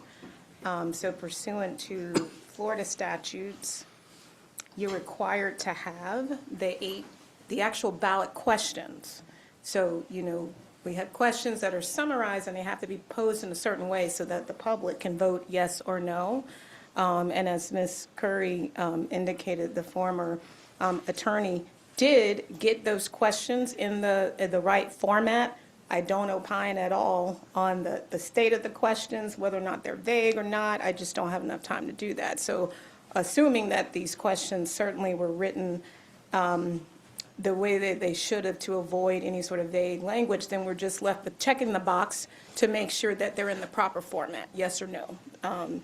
And that occurred after you adopted the ordinance. And so the law requires that those questions were to be included in the ordinance. It's very express in the law, so I do have a concern with that. But I do have a solution for that. So if you wanted to move forward today and have these 18 questions prepared by your former attorney, relying on your former attorney, not having any review from me as far as the validity of those questions, if you will, you certainly can adopt a resolution tonight that I prepared for you, if you want to do that. And essentially, all this resolution is doing is looking like the same one, the ordinance that you adopted in March of 2026, except it's a resolution, because with the resolution, you don't need public hearings and things like that pursuant to Florida statute. So it would be a resolution that attaches the 18 questions that your former city attorney sent to the supervisor's office. And so that would at least satisfy the procedural defect, in my opinion, to allow this to move forward and get on the November election. If you did not want to move forward because, as the supervisor said, you wanted to collapse some of those questions, so it's not 18, obviously you're going to need more time to do that than by September 1. And I think if you wanted to go in that direction, perhaps something that you could consider, you could reconvene your charter revision committee that had a sunset date of November of this year. You could certainly extend that, kick it back to them, have them look at the questions, figure out what makes sense to combine, so that you don't get this, what the supervisor is saying could be voter fatigue or not. And then that committee, of course, would take it back to you in this revised format. You'd see it. but then you'd have to, worry about these other things that the supervisor's saying. You missed the election in November, so you're having to maybe call special election, or you're postponing it until the 2028 election. So, but either one of those pathways could work. Madam Mayor, if I might just put more information on the table. I did speak with Mr. Hill a couple of times. He was the chair of the Charter Review Committee. And I believe he's participating remotely. He said he was going to try. I know he's out of town. I am.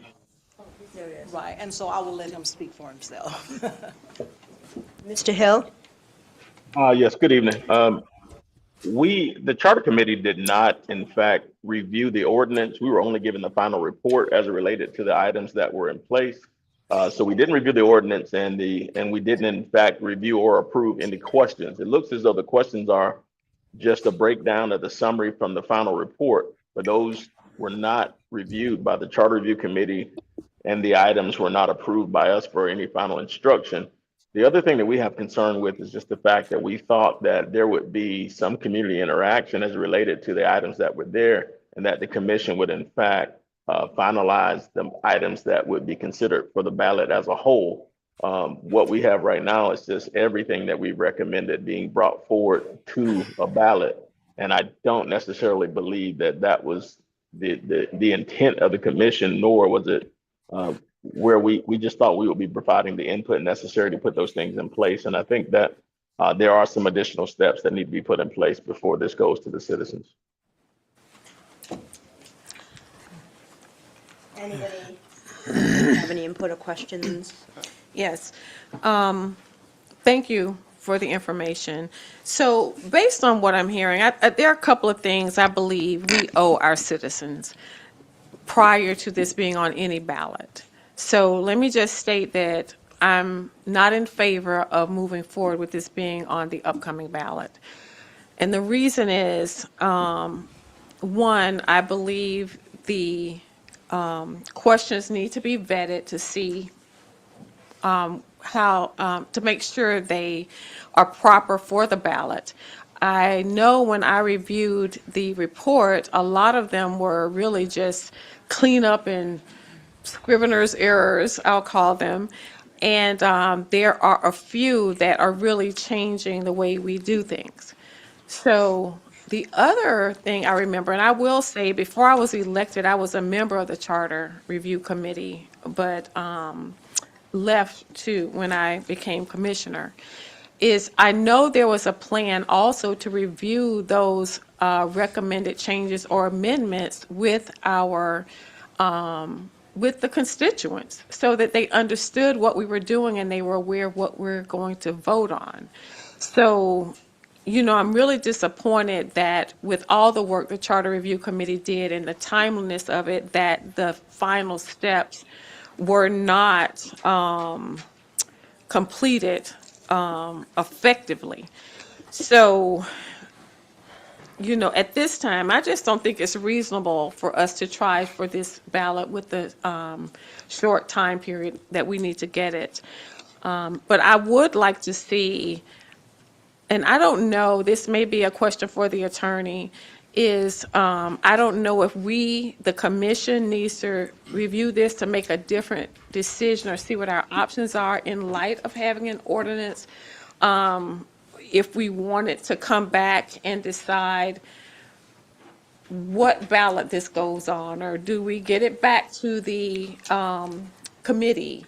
What are our steps? But I'm just in favor of it not moving forward for this election cycle, and for us to decide whatever the appropriate pathway is to decide, whether it's the commission or the committee, to review the questions, get them in the right format, and decide the best time to get them on the ballot. I think that work still needs to be done. Right, do you want me to respond to that? Anybody else have any comments, questions, input, whatever? No, I certainly concur with Commissioner Davis, and the other point that you brought up as it relates to the item that had associated error with it, and that would require additional review and correction or what have you. So I'm not in favor of moving forward with the current charter changes and putting it on the ballot, and then the impact that it would make as it relates to the novel that it would create if we did so choose to put all 17 items on that ballot, and you'll go from one page to a novel. So I'm not in favor of that. Commissioner Jones? Neither am I. Campbell? I'm not in favor. I think, obviously, the consensus is that we want to have further work done and wait. It is a disappointment, I have to say. I mean, I know the committee worked hard on this, and it's finally had come to fruition, and I was really optimistic that this would get done. But given the situation, we will have to wait and be patient. Right, so through the mayor. Yes. I think we would like a motion. Okay. Something a bit stronger for the supervisor of elections to go back with, since you do have a current ordinance that's, dictating that this go on the November election. And we can always, whoever does the motion, include direction to staff to come back with something more formal, like a repeal of the ordinance. Also, you want to take a look at that initial document creating the charter, because just to Commissioner Davis's point, you would want to specify in that document exactly what the charge is and what the next election date would be as a commission, that you would prefer that committee to get the questions back to you and what election those questions would be on. So. Are you finished, Ms. Hodges? Yeah, so basically, we just need a motion, directing the supervisor to not place the questions and statements that were contained in ordinance 2026-22 on the ballot for the November election, so just make sure. And so my question, before any motion is made, is for the Charter Review Committee, are they still considered a committee, or have they been discharged according to what you've seen? I mean, technically through the mayor to the Commissioner Davis, pursuant to this, their sunset is the general election in 2026. Got it. So we have time, so that's November. Okay. So my thought would be between now and your next September meeting, that's plenty of time for me and the city manager to come back with a resolution. Yes. Proposed to you for you to take a look at. We can put some blanks in there so that you can have the discussion as far as which election you want to put it on. Okay. In 2028, or as the supervisor said, you could also have a special election. Those are all decisions, policy calls that you would be making. Okay, thank you. I just wanted to know if the committee is going to be involved, that they are still considered a committee They and are. not discharged. Thank you. Until November of Until November 2026. 2026. That's right. Thank you. Okay, does it? I'm going to bring up public comment. I usually do it after the motion and then call public comment up.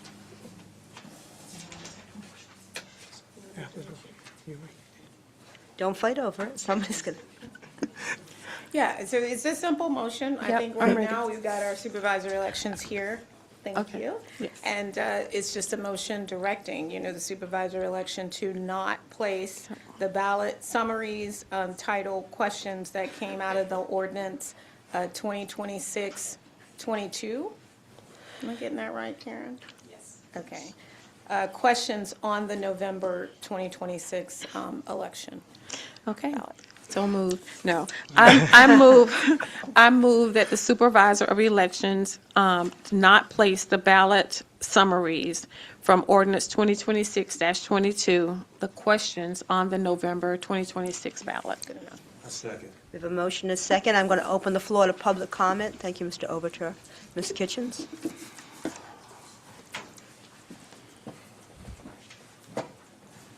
Allegra Kitchens, Palatka, Florida, former city commissioner, Palatka citizen, and vice chair of the Charter Review Committee. We met for 2 years. I faithfully attended every cotton picking meeting for 2 or 3 hours. We went over this with a fine-tooth comb again and again and again. We talked to Mr. Overturf. We talked to the chief of police. We talked to Brett Dennis. We talked to everybody and his godson.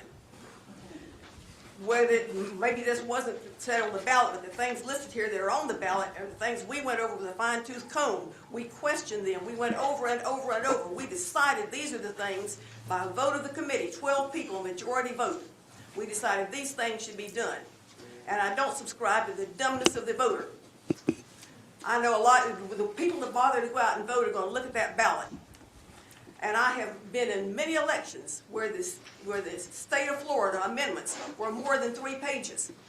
And if the voters can't turn over the page and look at that, then they probably shouldn't be voting in the first place, although it's their right to vote.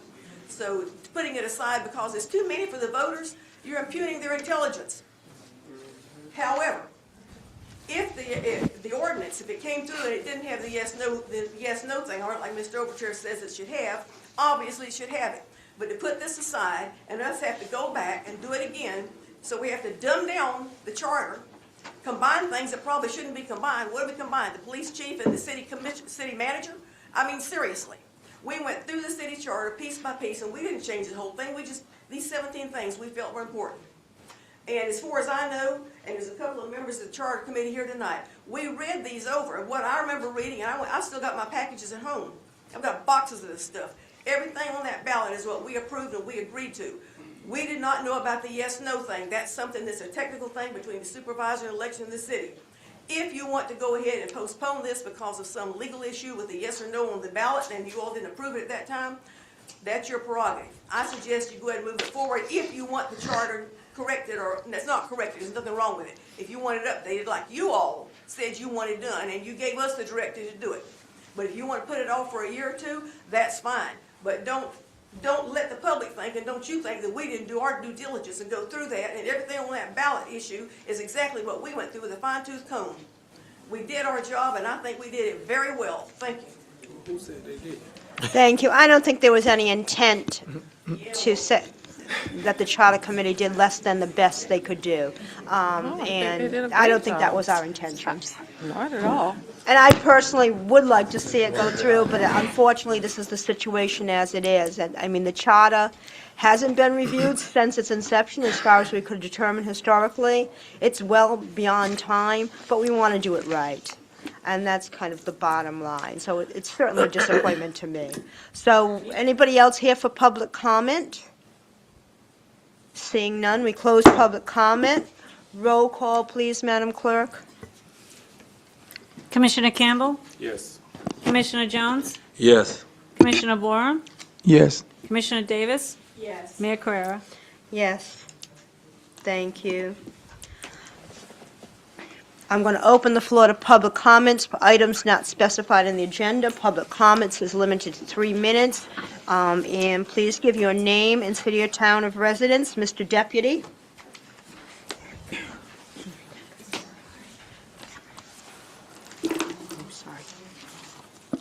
Sam Deputy, 917 Carr Street, 623 St. John's Avenue, and good evening, Commission. I appreciate everything that you've gone through this evening.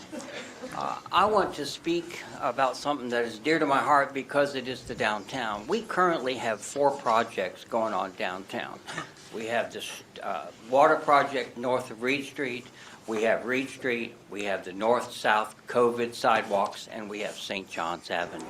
If you have driven through downtown, you know that you don't know where you're going because you don't know what's going to be open and you don't know what's going to be closed. I am fine with all of that because in the end, we will be done and it will be a new city and I will be here. But I do have a concern. I'm on St. John's Avenue and it has been difficult.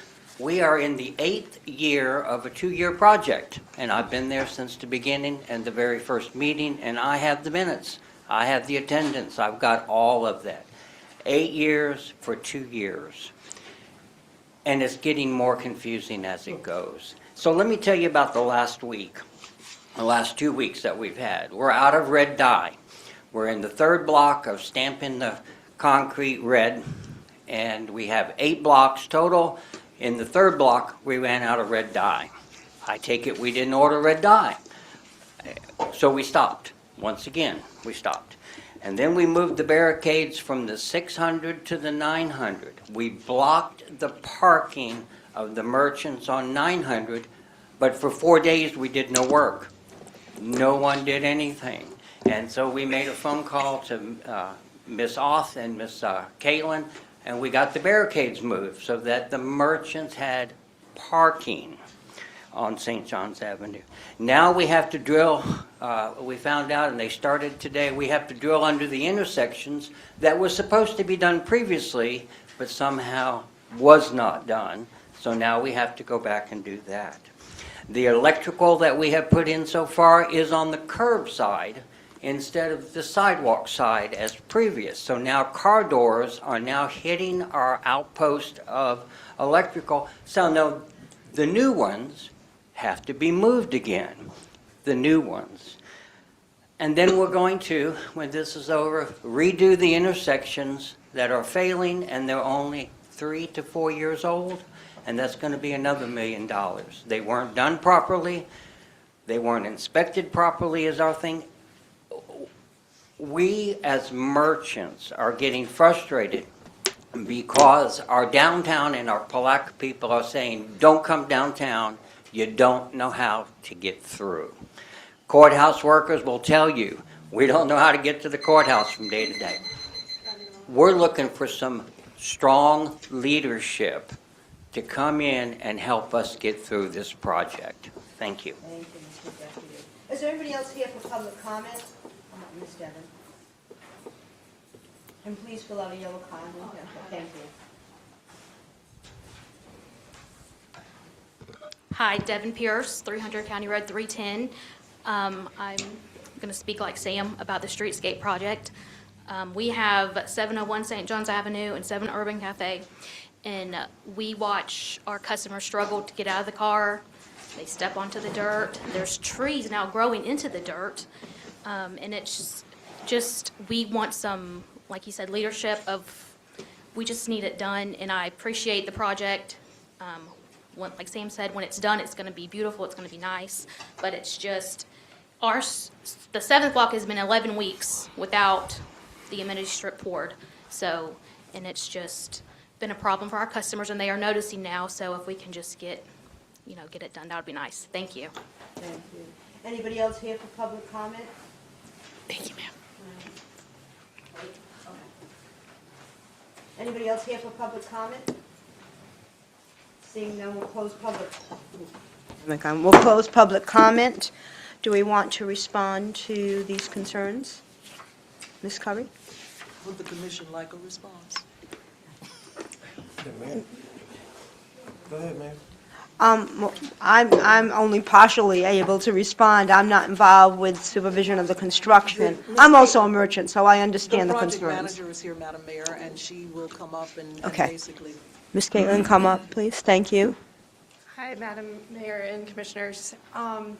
So we have good news for the merchants. We've been listening and hearing the concerns, and have worked with the contractor to get a accelerated schedule so that we will be done in time for Boom on the Avenue on October 30th. That'll include all the amenity strips, all the landscaping in place.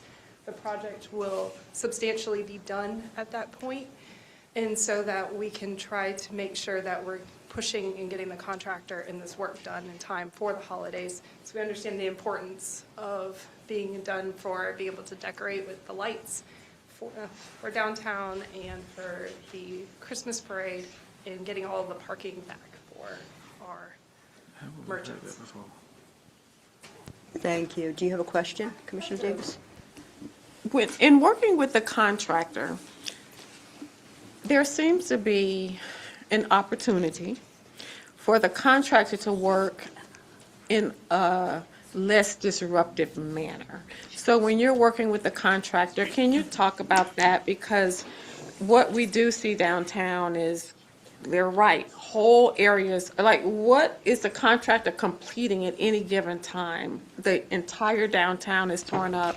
And there's a way to complete projects in a way that is less disruptive, and that's very concerning to me. So when you're looking at this timeline, could you also look for an opportunity to do that, to complete something so that the entire downtown is not, there's a name for that in project management, but I won't bore you, but please, would you have them to look at that? Yes, Commissioner.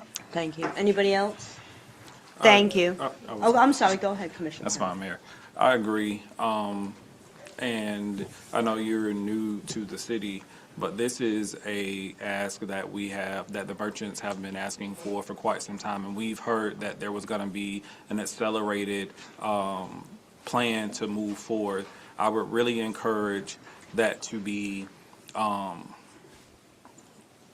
held to, because again, our citizens have been coming time after time after time, and they have been hearing the same thing with no different results. But again, I hope that city staff holds the project, those in charge of this project accountable so that we are able to move this forward in time, because that has been a concern for quite some time. Thank you. Thank you, Ms. Caitlin. Yes, Madam Mayor, I mean, within the 60-day time frame that I've been on board, I have met with Mr. Deputy a couple of times. I've actually met he and, your name again? Devin. I've met he and Devin on site. We've walked it, and I have listed things and sent it back to them to respond to, and they've responded. But the actual performance of the contractor is obviously still a concern in terms of meeting the timeframes. I am hoping that the solution that was just stated by Ms. Caitlin is going to be one that we can hold to and actually stay on that timeframe. I believe a change order is in order. It's not being discussed tonight, but in order to make that happen, there is a change order that has to take place. And I believe the cost is somewhere around $25,000 to put an additional crew out there to try to fast track things to get things done. We are trying. I do feel the pain of the merchants because I'm down there as well. I see it, and I'm hoping that we can stay on track and be able to complete it. It's a gritty, kind of a grimy project, as we all know, and difficult for folk to navigate downtown right now. Thank you. Go ahead, Commissioner Barr. Just a quick question to the city manager, but we're having to pay additional $25,000 just to get the contractor caught up. That is where we are. That's right. where we are. I hear you, but that is where we are. Right. The project manager that we had on staff has turned over. There's turnover there in terms of project management staff here in the city. I had a one-on-one conversation with the engineer that the city hired to actually do some oversight over the engineering on the project, and it was a very stern, direct conversation in terms of, I'm not going to say their lack of attention, but more attention needing to be paid to this project. And so it's just within the 60-day period, it's been Point been one take. interesting. But I hear you, sir.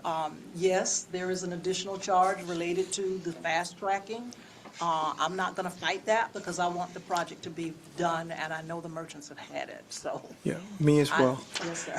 But my point is that we do have contracts that have contract performance with them, and so I think those costs should be put back to the contractor because the contractor was not performing to the level that they need to in order to meet the contract deadline.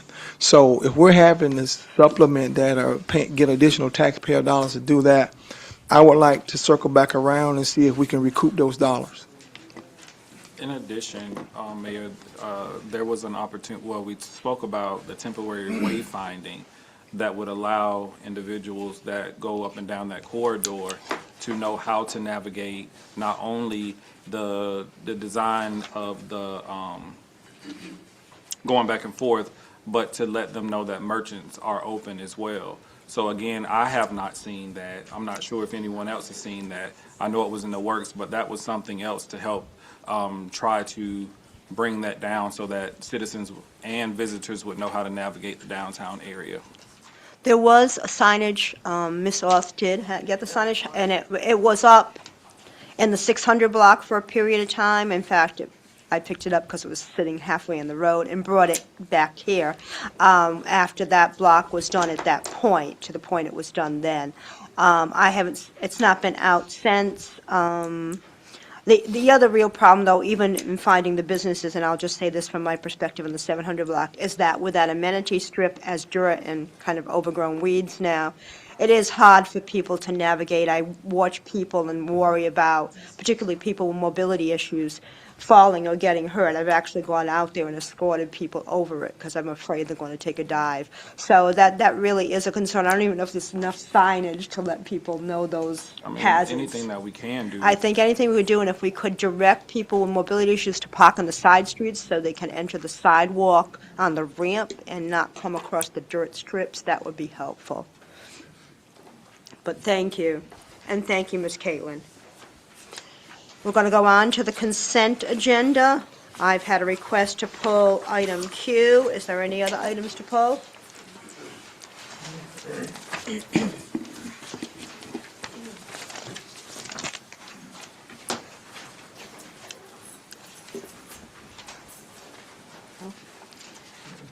Make a motion that we accept the consent agenda as printed, excluding item Q for discussion. Second. We have a motion and a second. Is there anybody here for public comment on any of those items? Seeing none, we'll close public comment. Roll call, please, Madam Clerk. Commissioner Jones? Yes. Commissioner Boren? Yes. Commissioner Davis? Yes. Commissioner Campbell? Yes. Mayor Carrera? Yes. Item Q, adopt Resolution 2026-R-145, a resolution of the City of Palatka, Florida, authorizing a lease agreement with Task Force Ending Homelessness for leasing of office space at Robert H. Jenkins Community Recreation Center, providing for scrivener's errors. Mr. Cutright. Okay.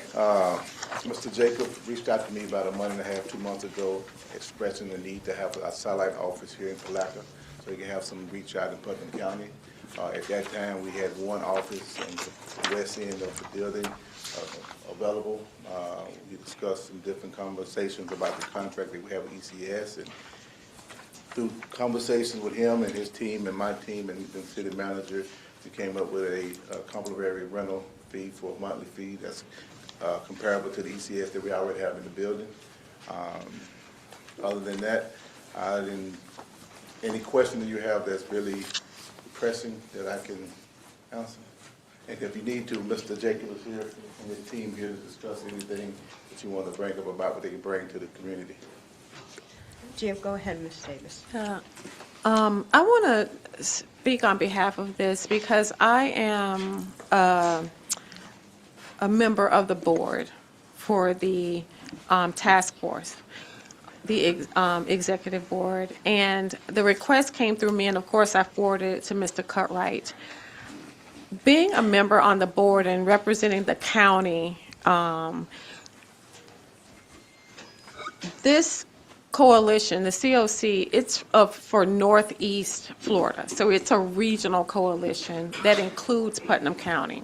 When I was a new board member, one of my questions was, tell me what you're doing. How are you supporting Putnam County? I'm not seeing the support over here. What does that look like?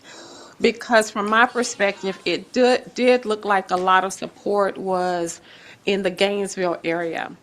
And after learning more and understanding what is supposed to happen and accountability and all those things, I'm sorry, I'm going to say Jacob because I can't remember Jacob's last name. Horner. Turner.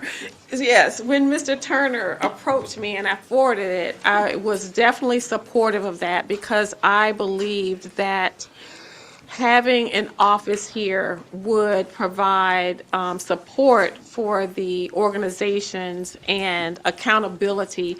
And honestly, a place I could go if I don't see the work happening here. So I did want to say that that was one of the reasons I put it forward and thought that it would be a benefit to our community. So thank you. Thank you. Anybody else? Yes, 1 minute. What? 1 minute. 1 minute, Lori. Does anybody else on the commission have any questions or comments? Well, I do. And it's great things that this organization does. I think this is an organization that came in when we were talking about services, and if I'm not mistaken, you say you get like $500,000 a year to provide those services between Alachua County and Putnam County. Is that correct, sir? Mr. Turner? Mr. Turner, come on up, Is this the please. same? Turner. Sure, Jacob Turner through the mayor, if I may. Yes. The current COC budget for North Central Florida, which includes 7 counties, Commissioner, is just upwards of $3.1 million. $3.1 million.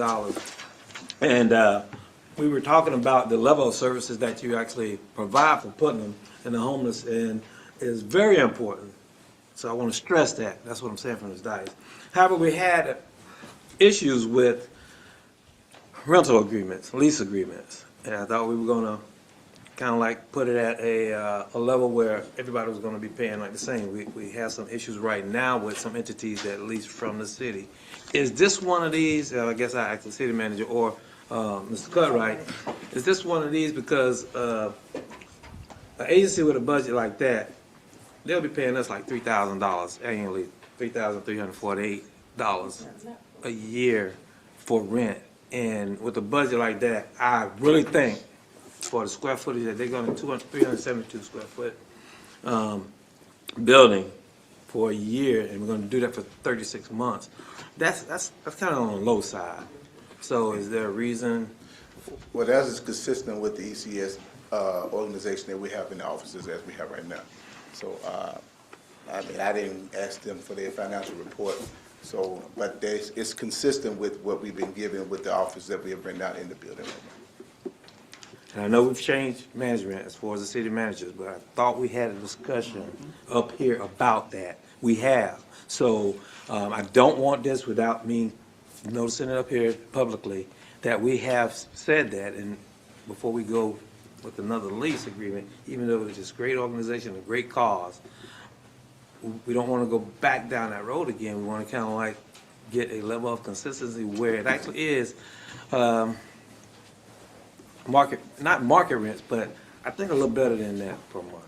So I do have concern. City manager, we're talking about some financial stuff now as we're going through the budget. I think we have to mention these things as we're going forward in these leases. So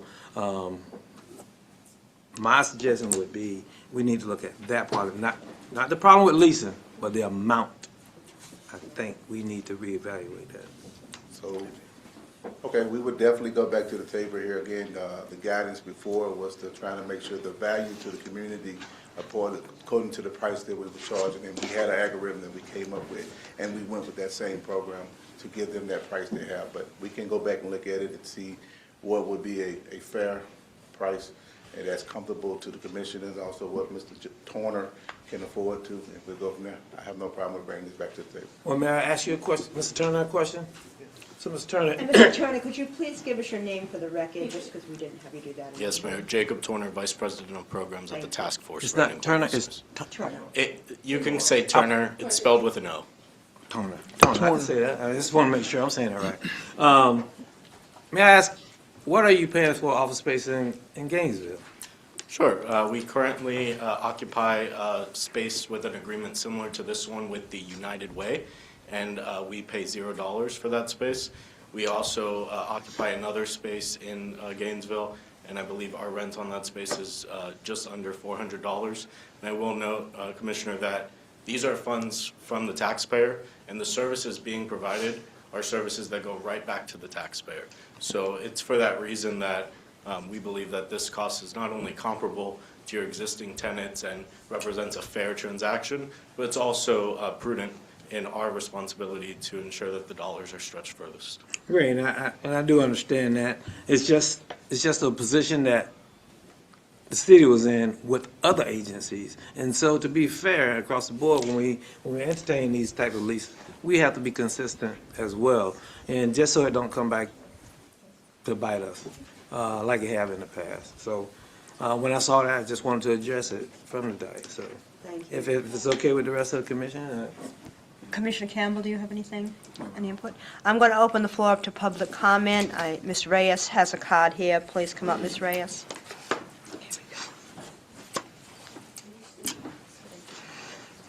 Yvette Reyes, Boswick. I sent you all a very detailed email requesting that you do not approve this lease at this time.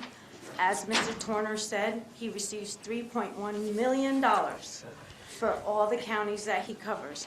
Putnam County is only getting $300,000 this year, based on the emails that I sent you, which were from Kiana Johnson at the task force. Task force was assigned to be the leading agency for the COC in 2024. They didn't show up here until March of 2026. They cut Catholic Charities $148,000 from last year to this year. Catholic Charities is the only organization right now that provides homeless prevention, rapid rehousing, utility assistance, and other programs. They can't do that anymore because task force cut their budget. So I'm asking for you guys to hold off on this. I'm not saying no. I'm asking that you do not approve it right now until you get all of your research in hand and get the opportunity to ask the proper questions, because you don't know unless you're told. You're not part of this. I work this day and night, and I know the agencies that I'm working with as a liaison for the homeless 24/7, 365 days are not getting services from the task force. Thank you. Thank you. Ms. Slavin, I am also. could you please give us your name for the Oh, I'm sorry. record? Lori Slavin, and I live at 106 Roberts Boulevard, Satsuma. I am also a board member on the COC board, and I think Ms. Reyes just discussed needing services here in Putnam County. I say that the best way to get those services over here is to bring the services over here. With an office, you got a problem, you can go in and discuss it. I'm always happy to discuss things with the other agencies that are of the COC, but I don't know all the answers, and there are certain things that I can't discuss. Our agency does get funding from the COC, so it's not a lot. I can tell you that. There's a lot of need in Putnam County, but there has to be a place where we start.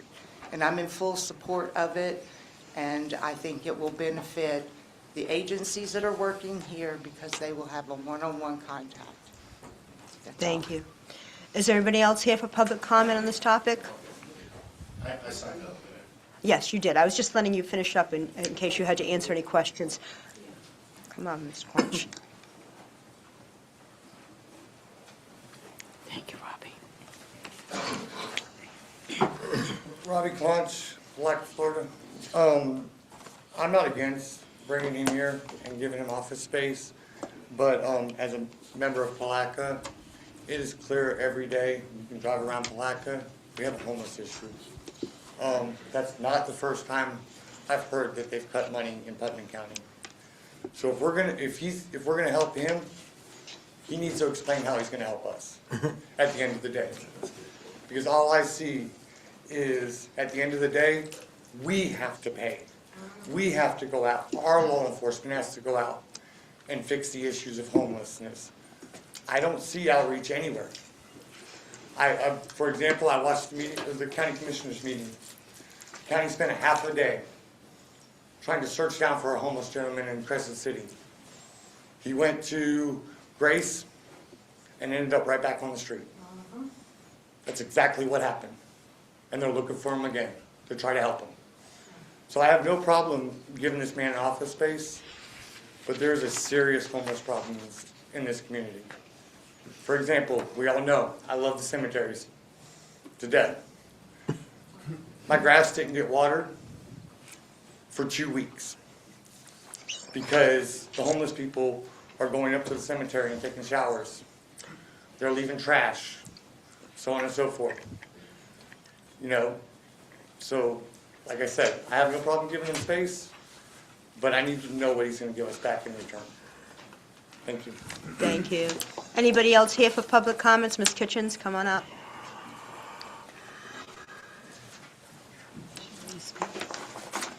Allegra Kitchens, Florida. I don't have any problem with them renting the space, but after what I've heard from the people that have spoken, I think the city needs to make sure that the services they're providing out of the space you're letting them rent are services going to Putnam County.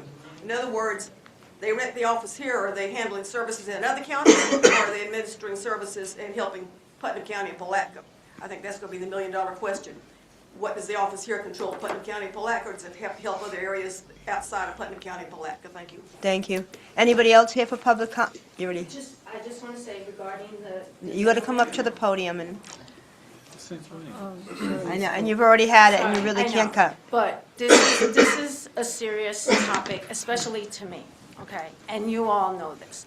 The gentleman that he just spoke about, Mr. Willie, what they do is they take him to Grace Marketplace. Grace Marketplace is a horrible place. Okay. Wait, stop. Well, Yvette, you've gotta He stop. didn't You've stay gotta there. stop. He didn't stay there because of that. He came back and I ended up having to get a transitional house for him.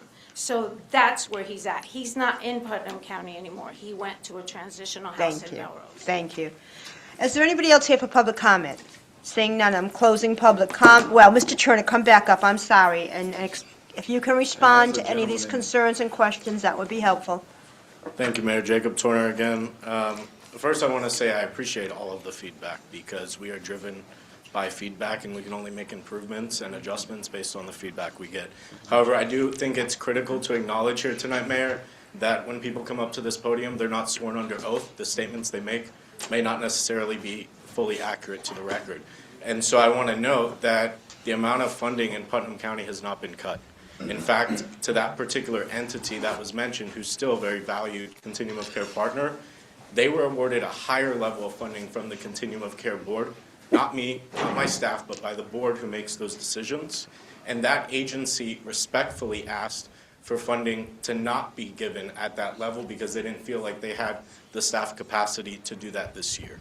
So there are a lot of nuances to the work that we do, and not everything's going to be, I realize, written on a website for people to read publicly, but we're always open to their inquiries. And I believe we respond to their inquiries the best we can. So I just want to address a couple of points. I understand there's questions, and like I said, I welcome them. We've been working in Palatka for a long time. We've held town halls here, we held meetings here, we have a meeting here this month with the community. More than 40 members of the community typically attend our meetings in Putnam County. And we work on addressing things that directly resolve homelessness, but more importantly, also work to prevent it so that the number of people on our streets are not rising. My staff currently come from Palatka who are from this area and drive to their office in Gainesville to work on Palatka Matters, to Ms. Kitchen's point. And so what we're asking for is not to any longer have to serve Putnam County from Gainesville. I will say, when I reached out to the Honorable Commissioner Davis regarding office space, it was to connect with a commercial realtor. It wasn't to approach the city for space. That space was actually offered to us in return from our request. And so I want to be clear, we didn't come knocking on the city's door for office space. However, we value the partnership and hope that we can continue on that track. We are part of this community, so we do not want to operate as from a distance. We want to be available to city staff in the same way we are currently to Ms. Curry's former team in the city of Gainesville, who I quite frankly sit down with just about every day to work on critical issues that impact their neighbors, and was with the city manager in that city this morning for that same purpose in that office. This is a very low-risk and practical partnership. It's replicated from examples that have been successful in other municipalities that have welcomed us, partnered with us, and have seen a measurable reduction in homelessness. Furthermore, to the point of the services that are being provided in Putnam County, there are multiple partners through the Continuum of Care that provide services, and the number of people served in Putnam County and the number of adults, but more importantly, the number of children who have been assisted not only with getting off the streets, but also with staying in their homes when they fall behind on mortgage and rent, has risen year over year because of the leadership and the work that my team has done and these community partners who work with the COC has done on the ground. And we hope to not only continue at that level, but to continue elevating that. So I ask that you judge this partnership by what we do, not by what people say. Give us the opportunity to strengthen our presence as people have asked us to do, specifically when we've engaged with people in this community who are working with us and not against us.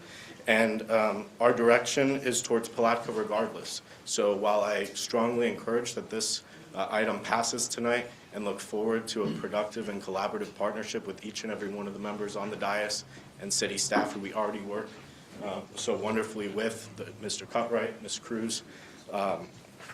Approval tonight will give us the opportunity to do that in a more direct partnership. So I thank you for your time. And again, Mayor, I want to thank the community for their feedback and their comments and ask them to continue them. Thank you. Thank you. So there's another gentleman here for public comment before we close that. Come on up, please. And give your name and city or town of residence for the record. Hey, I'm William Conrad. I currently live on 685 State Road 26 out in Melrose. I just want to say that I'm formerly homeless real recently. I was on the street for 3 years. People knew where I was. I was not on any of the pit counts. 3 years I was homeless. It was not through the COC's help that I found a place to stay or a job or anything. I don't know where they were at. Through myself and a few other nonprofits that I met while I was homeless, trying to investigate why the other shelter was closed, we formed an alliance known as the Putnam County Homeless Coalition. I noticed 3 months into our meetings, the COC representatives were at our meetings, watching, listening to all the complaints we had, watched us as we assembled all of the resources we had in this county, found the gaps missing in the services we need in this county, and tried to find solutions to create the services that we still need. And despite all that, not once did the COC mention that any wanted to work with us to provide these services or to fill in these gaps. Not once did they mention anything about what they were not doing in this county. All I saw was lack of assistance for the homeless that needed it. As Yvette pointed out, the guy was found. I currently work with the transition house that he's going to. I know about that. Grace Marketplace I work at Meridian. I probably shouldn't have said that, but I do. I've had several clients that have gone to Grace. All of them complain about the way they are over there, both inside and outside the gates. Granted, I will say on our part, they have new management, and I did go by there earlier. The tent city is not as bad as it used to be. But, so my concern is with the COC having a local office here, what's going to change? They're cutting funds. They know that we've been assembling our own figures because the pit count is a joke. We all agree to that. So they cut funds to organizations that are helping this county with the excuse that they don't see a need in this county. But then they turn around, they want an office here to do what? There's no need for them to be here. Why are they trying to get an office here? What are they going to do to help us? Nonprofits in this county are the ones that are standing up, working together to solve the problem. I don't see them doing anything. Thank you. Thank you. Anybody else here for public comment? Saying none, we'll close public comment. Are you going to make a motion? Mayor, I have another comment to say. Okay, go ahead. And just for the record, as I calculate, and so that constituents would know my concern, this lease that I'm looking at, it actually encompasses utilities and Wi-Fi, and also says in-facility security is included. Where I live, my water is at least $112, my utilities. Wi-Fi, about $100. So together, that's $232. So essentially, you really aren't paying anything for the facility. And I say this only because when your agency was up here before, and you said how much money you guys got, and we asked what you're spending in our community, and it was very minimal, but your salaries, your money, the money that came from the state went to your salaries. And so it is hard listening to these folks. Your own folk came up here and told us that. So I'm not hard on the services that you provide, but I do feel that we need to, City Manager, look into these lease agreements, and this is for 3 years. So we'll be locked into a 3-year agreement, and the city actually get minimal for that. And I think we need to reconsider and look at this before we approve this on this agenda tonight. And I'll say, in addition to what Commissioner Jones has stated, there was a promise that was made in the meeting that there would be more visibility and that we would have updates throughout, and we have not heard from them until they are asked. Well, they didn't come knocking on our door, as he stated, but we have not had any updates with regards to any services that have been directly put here in Putnam County or Palatka, and that was something that was promised as a result of that meeting. So, Madam Mayor, if I Yes, might, go my ahead. recommendation is that we move ahead and support the COC in this request for space, and that we go back and we negotiate something with them that is obviously increased beyond what the current proposal is, but I think that we really need services in the community, and the Jenkins Center is there, and it gives the opportunity for that visibility for that organization. And I suggest we move forward, allowing me the opportunity, working with Mr. Cutright, to negotiate a better lease. Commissioner Davis. Yeah, I want to clarify a couple of things. So, and Mr. Turner may have to clarify, but I want to make sure we understand the role of the COC in the task force. Dollars, and if I'm misstating something, please correct me. But there are organizations who received funding from the COC, these grants. They've applied, they received them. However, there are some organizations, and I'm using the term organizations loosely, who received funds who did not deliver on the services that they got funds for whatever reasons. In some cases, it's because they applied but could not come back and deliver with staff and services that was effective. And of course, not providing the information on their outcomes, of course, would impact their ability to get a grant or on the next cycle. So I want to say that their role is to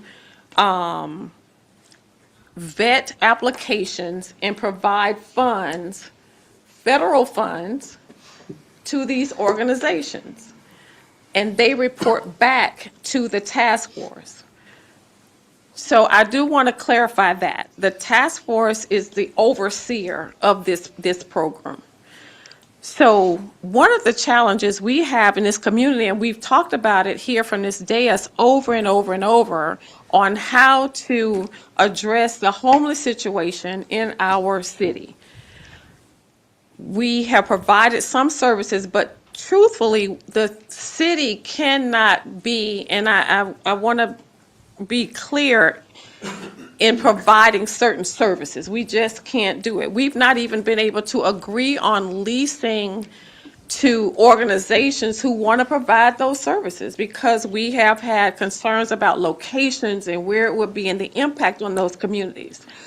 So the way I see this organization being here in the county is a way for us to have a direct line of communication to understanding what the needs in Putnam County are, how we can better help the organizations to get this funding and serve our community and hold them accountable. So that's my perspective. I will say that when I received the request for a place to be in Putnam County, I did direct them to Mr. Cutright because I thought I saw that as an opportunity for the city to indirectly provide a service by directly working with an organization who provides that service, because we don't have solutions here and we know we have a continued problem.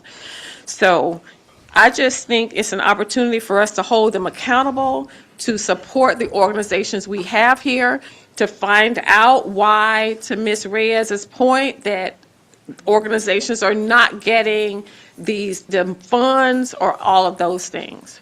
So just want to clarify those points of who they are. So can I just ask, we're saying no, we're done? What are we saying? Okay.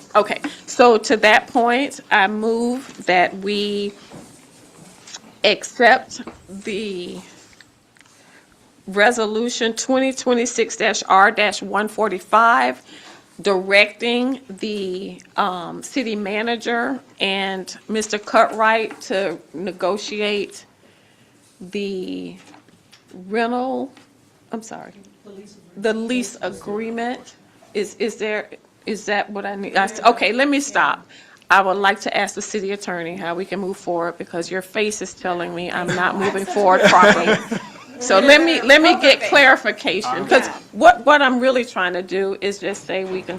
So I don't have an issue, but I do have an issue if we are going to move forward when there has been questioning from the dais with regards to the amount because, again, if we are looking, the partnership can be there, which is fine. But the conversation really stems from the amount that is being paid, which if we agree. So that's why legal probably saw me looking at her throughout the conversation. Could you bring clarity to how Yeah, that that will? was my thought, right, through the mayor to the Commissioner Campbell. I just want to make sure you're aware. So if you approve this item, it's a lease agreement, and, you know, the difference between a lease and a license agreement is with a license agreement, you can exit that. Usually either party can exit within a certain amount of days' notice, but a lease agreement is different. It's a real estate interest. And so I'm only saying this to say, because you're saying this to say, that with the lease agreement, you can't exit it, right, unless he's defaulting. So to the Commissioner Campbell's point, if you approve this lease agreement, you can say you're going to have talks, but it's a binding contract from the moment you approve it. That's all. I just want to make sure you guys understand that. So he doesn't have to agree to anything after you approve this lease agreement. Does that make sense? I'm going to listen to somebody else. I want to say something. I make a motion that we table or postpone this and allow city staff to work with the organization to see if they are willing to compromise with regards to the monthly rent and bring this back to a commission at our next meeting. We have a motion and a second. Roll call, please. Commissioner Boren? Yes. Commissioner Davis? Yes. Commissioner Campbell? Yes. Commissioner Jones? Yes. Mayor Carrera? Yes. Thank you. Nobody wants to take a recess, I assume? Okay. On to 7B, MOU with firefighters union.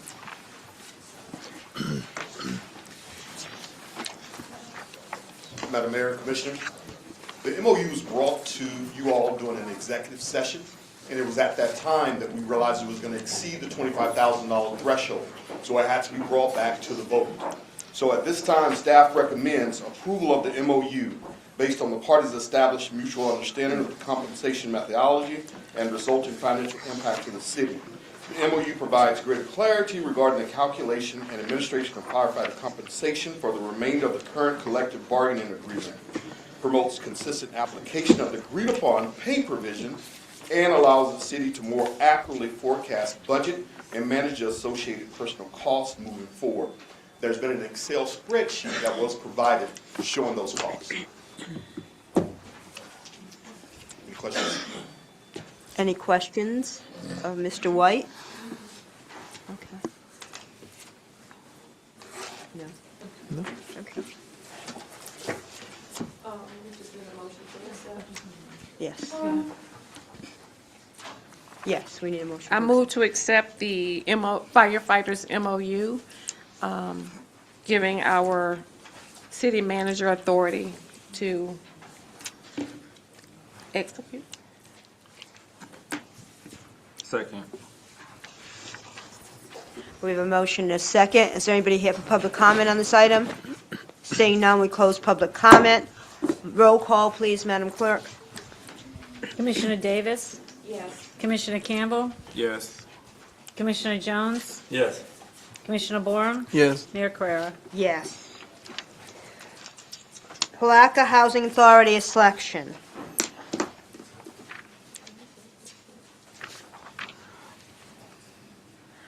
Since I was tasked with that, initially, I was told, or the research indicated that there were 4 vacancies. As time went on, we discovered that was not the case. We had 2 vacancies and 1 resignation when all was said and done, so in total 3. And so my recommendations are the reinstatement, or reappointment rather, of Dr. Evans, the appointment of Mr. Alan Sheffield, and the appointment of Mr. Keith Jensen. With that said, go ahead. Commissioner Jones, you have something to say? Are the applicants here you want to present them? or- Dr. Evans is here. So, well, Go ahead. prior to them I know that you said that you made the I would like to hear some of the rationale behind the reason Okay. why you. I will give my best shot at that. Dr. Evans, because he brings the historical and institutional knowledge back to the board. There are other members that have that as well. Mrs. Bolden is the resident person on the board, and she will be there and staying there. Ms. Spell will be there as well, remaining. Their terms are not up. Mr. Sheffield lives in the city, but also is a certified public accountant, and I thought that would be a good compliment to the board. Again, these are just my thoughts and opinions after looking at the information. And then Mr. Jensen is the vice president at Capital City Bank, and again, a banker, so I thought those would be helpful for the Housing Authority. That's my rationale behind it. Well, Go ma'am, ahead, you may. I want to advocate for one of the applicants, and that was Sharon Williams, Commissioner Sharon Williams. She has been on that board since 2020, and I just want to speak from being on that particular board in the past. It takes about 3 to 4 years to actually learn what you're doing on that board. Secondly, I think that the experience of actually the people that you've named, out of the folk that are on that board, she's one that actually grew up in public housing and actually can relate to the conditions that they lived in and what she aspires to see that it grows to at the Housing Authority and what the Housing Authority have done. So, not that, I mean, it's I guess your decision, but I thought we were going to vote on it. But that would be my vote, to actually keep someone that have that kind of tenure and from this community on there. Okay. Do you have anything, Mr. Commissioner? I actually agree with Commissioner Jones. Actually, okay. Commissioner Davis, go ahead. So I want to recommend to that point that we vote on the applicants individually, so we don't consider them all, so we can move forward and address what needs to be addressed. If that is the case, is that appropriate? Ms. Davis, Ms. Hodge. told me to Okay. make him sign. And that way, there's opportunity to move Okay, well, forward that's- and address some of the concerns Okay. and recommendations. We'll start with Dr. Evans. Does somebody want to make a motion? Yes. I move that Dr. Evans be approved as a commissioner on the Palatka Housing Authority Board. Second. We have a motion, a second. Anybody here for public comment on that item? Seeing none, we'll close public comment. Roll call, please, Madam Clerk. Commissioner Campbell? Yes. Commissioner Jones? Yes. Commissioner Bohr? Yes. Commissioner Davis? Yes. Mayor Carrera? Yes. Alan Sheffield? Mr. Alan Sheffield? Discussion? Any input? Any thoughts? It's your selection. Well, I gave you my thoughts by making the recommendation Which seat? and telling you what the problem. Which seat is being replaced? I mean, we just He's- gotta know. There, does that even, I don't know if that's. Yeah, because but yes. I'd have to go back and think about it, but so Mr. Yeah, we need to understand and know which reappointment. seat was- So there was a seat vacated by Ms. Williams and by Mr. Najewetz. I would mispronounce his name, Mr. Najewetz. Those are the two seats that are being replaced. So he would be replacing one of those. It's not any specific designation, it's just one of those seats on the board. So it's just a lottery. I make a motion that we select Commissioner Sharon Spell to retain her seat. Sharon Williams. Sharon Williams, I'm sorry. Sharon Spell's on it. Second. We have a motion and a second. Anybody here for public comment? Seeing none, we close public comment. Roll call, please, Madam Clerk. Commissioner Jones? Yes. Commissioner Bohr? Yes. Commissioner Davis? Yes. Commissioner Campbell? Yes. Mayor Carrera? Nay.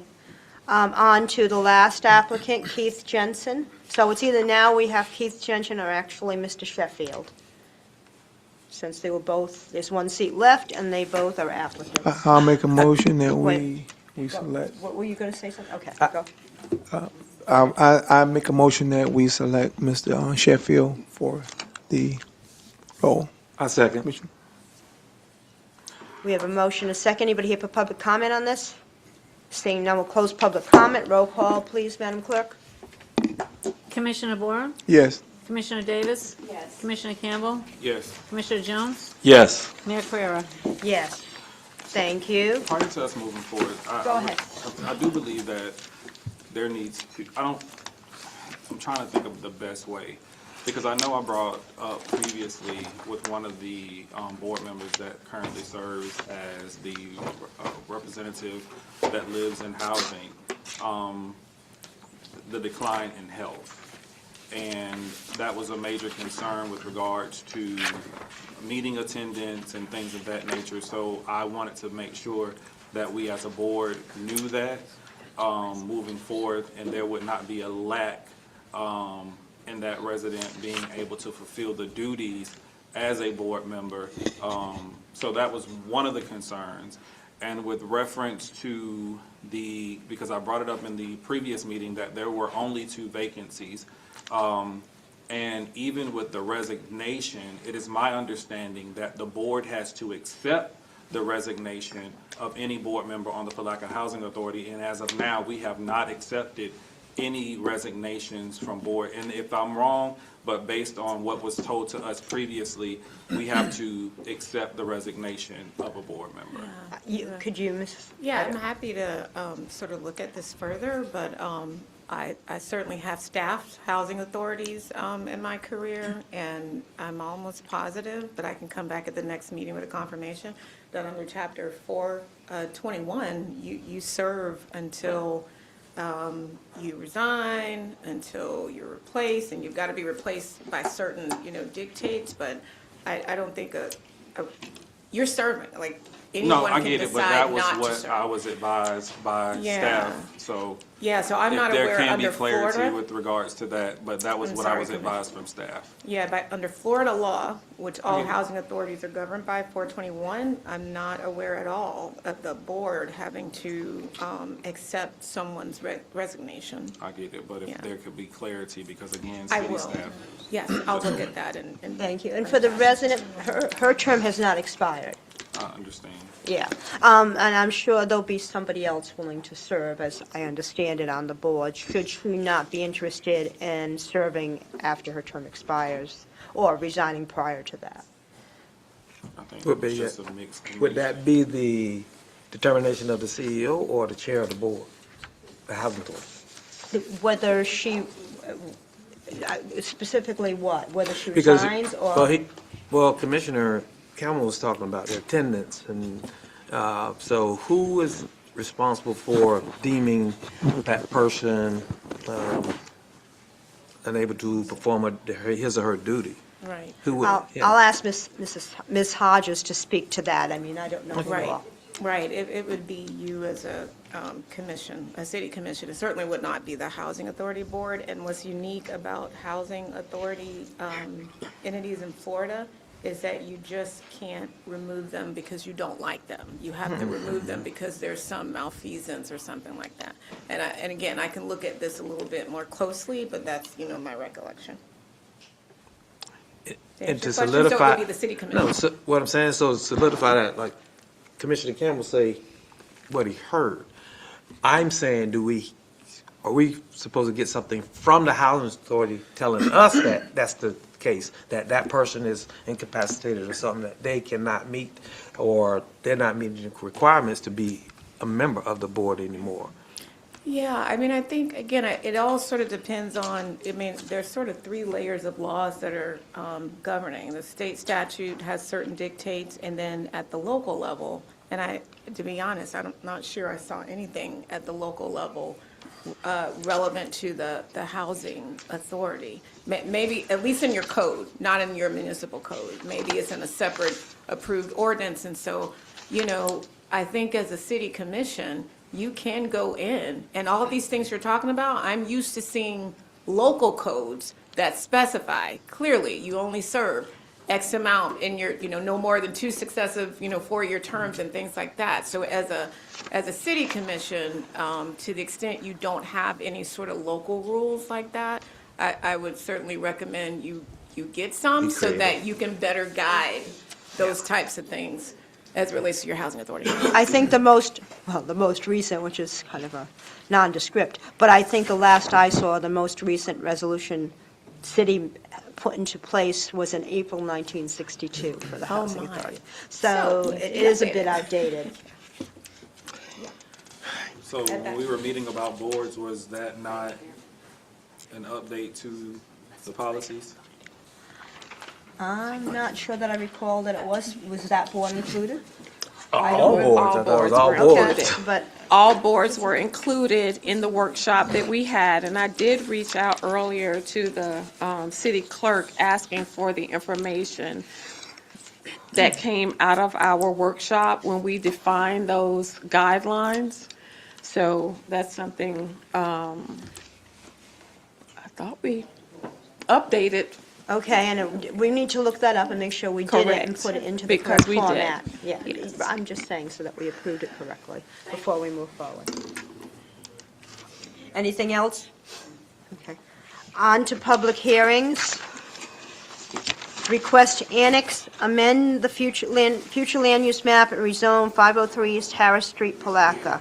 Parcel 0110-3150-0080-0090, 01-10-26-3150-0080-0100, 01-10-26-3150-0080-0110, 01-10-26-3150-3150-0090, 0040, 01-10-26-3150-0090-0050, 01-10-26-3150-0090-0060, 01-10-26-3150-0080-0080, 01-10-26-3150-0080-0070. Mr. Agamo. Thank you, Mayor. This is a request by Bexlon Properties, Inc. to annex 8 parcels that total about 1 acre and 52 acres into the city of Palatka to connect to city water system. Currently, the parcels are vacant, and the request also include an application to amend the future land use map from Putnam County Urban Service, US, to City of Palatka Residential Medium, RM, and to rezone from Putnam County Residential Mix, R2, to City of Palatka Residential 2-family, R2. These parcels are part of the Gleason Well subdivision. As you may know, this plat is very antique. It was recorded in 1911. Actually one of the first recorded subdivisions in Putnam County.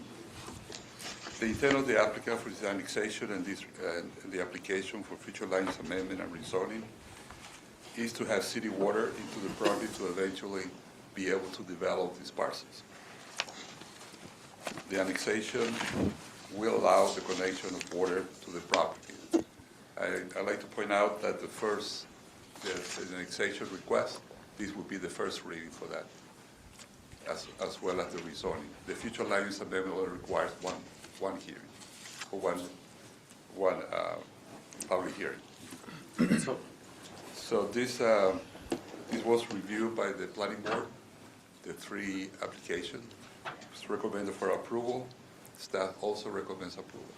Thank you. Commissioner Campbell. So I have a question, and I've been giving consideration of how these type of things come before us, and given how, more specifically, Commissioner Jones has been speaking with regards to annexation for quite some time now, and we know that annexations require analysis, and a lot of times when this information is being brought before us, there's not a collective. So when we say staff, who are you referring to when you say staff? Is there anything that, have you met with other department heads as far as water, and all of those things to kind of give us a comprehensive plan as to the impact that it will be to the city across the board? So police, fire, wastewater, all of those things, are all of those departments brought into this conversation? The coordination is usually with the water department and the sewer, with public works. Usually the applicant, because it's volunteer annexation, they want to seek water service for the county. They go first to the water department to see where there is capacity and where the service is available. And with that, usually they come to the planning department and put the application in. There is no, as discussed with the city manager today, police and the fire department have not been included in that.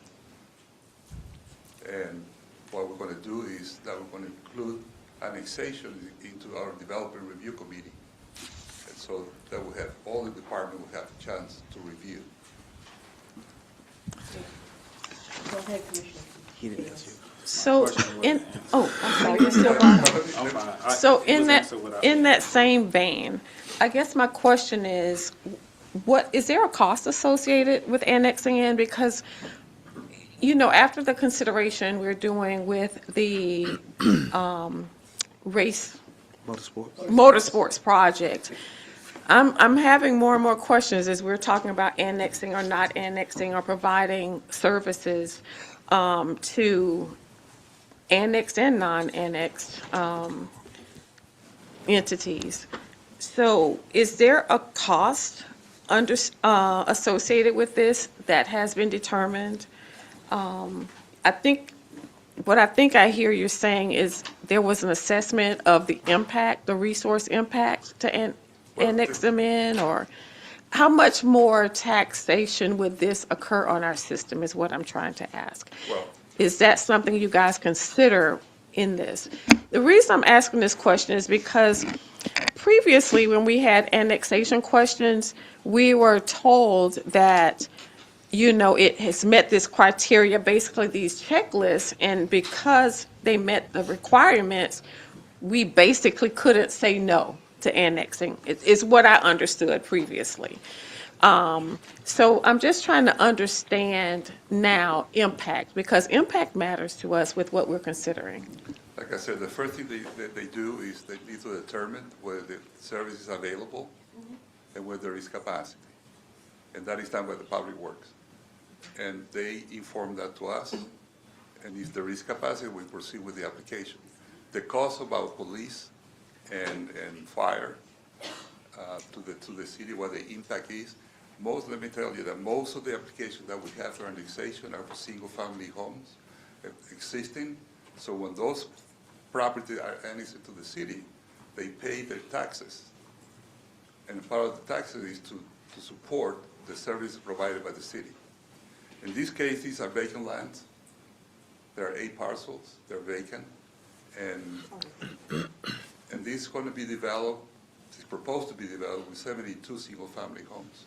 We're going to have a pre-application meeting next week with the developer and the property owners. But that's how this is going to be. The same thing for the next annexation is also vacant and will be the same thing. The intent is to develop those with single-family homes. Go ahead, Ms. Curry. Sure. Madam Mayor, this item is on. Again, I am catching up. And as I questioned the planning director and his staff person earlier today, I realize these properties are vacant, but even with the new development, I realize the development impact committee process weighs in because obviously we're talking about immediate occupation of residences that need wraparound services from fire and from police, sanitation, water, sewer, you know, et cetera. This is an annexation, and even though it's vacant, it will have development following, and there will be an impact on services from the city. And as you approve annexation, knowing that it means growth, we need to know what that impact is. And what I was told by staff is that right now, they don't have that kind of wraparound internal review of the development, even in an annexation situation. And so that is a concern that I have, that when you vote on an annexation, you know what the potential impact is for service, whether we need to expand, whatever it is, service, police service, you know, infrastructure to support the development, et cetera.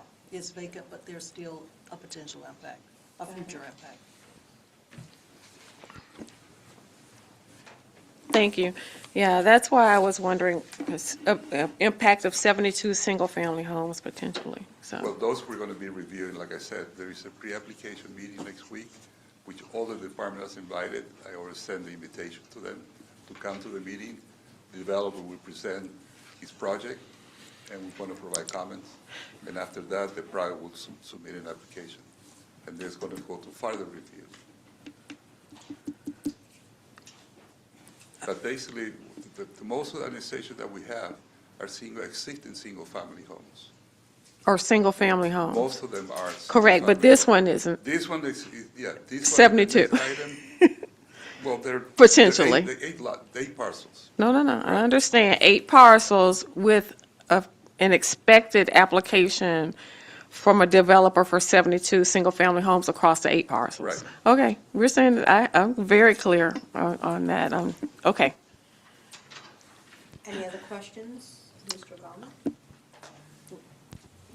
Well, I have a motion. I want to wait until the other commissioners. Returns. Oh, I'm sorry. Go ahead, do you have anything, Commissioner Barr? Any questions? Excuse me. No, not at this time. Okay, thank you. Go ahead. Okay, so I don't know timeliness, but I really want to really postpone this annexation until we understand more. And so I want to know, is that appropriate? Is that, because if you're expecting an application, do we not need to understand the impact?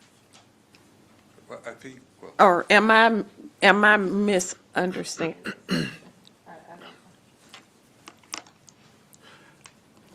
well, the request is to get services, water services to this parcel for the future development, which is being contemplated. Yes. The impact of that in total for the city hasn't been determined yet because we don't have the application yet. When the developer is proposed, then we go in full review with the developer review committee. Right. And we determine the impact. But the first step is that the water that they're asking is available and they have capacity, the city has capacity to provide the water. The city has capacity. That's determined by the Public Works, yes. You're saying yes, they've decided Yes, they have capacity? Public Works said that, yeah, it is available and they have the capacity to provide the service. But we've also said we got capacity for the race. That I don't know, that's still being determined. Well, but that's what was communicated earlier. So, and we don't know when that's going to complete, and we don't know when this other project is going to complete. So we're approving things that's way in advance. But how do we know how that we can serve their needs if we're not going through a whole analysis piece? Right, because all we approve is the annexation. You're not approving the development per se yet. But you know basically how much water, for 72 homes, you're going to have an average of about 2.5 to 3 people per home, correct? Yes. Okay, so you just multiply that, so that's what we need to be looking at in terms of impact, overall impact. And so we have things that's not coming to fruition yet, but we're approving it and we have Okay. not done the analysis. That's my problem. I have a motion, if that's okay. Hearing this unreadiness of the commission, from what I'm hearing, I'm going to move that we postpone these annexations until we get a clear understanding of impact and costs. Second. I don't know what else. We have a motion, a second. Is anybody here for public comment on this item? Seeing none, I'll close public comment. Roll call, please, Madam Clerk. Commissioner Davis? Yes. Commissioner Campbell? Yes. Commissioner Jones? Yes. Commissioner Barnes? Yes. Excuse me, Mayor Carrera? Yes, for the sake of more information, it's also contiguous, so at some point by law, don't we have to? Contiguous to our borders?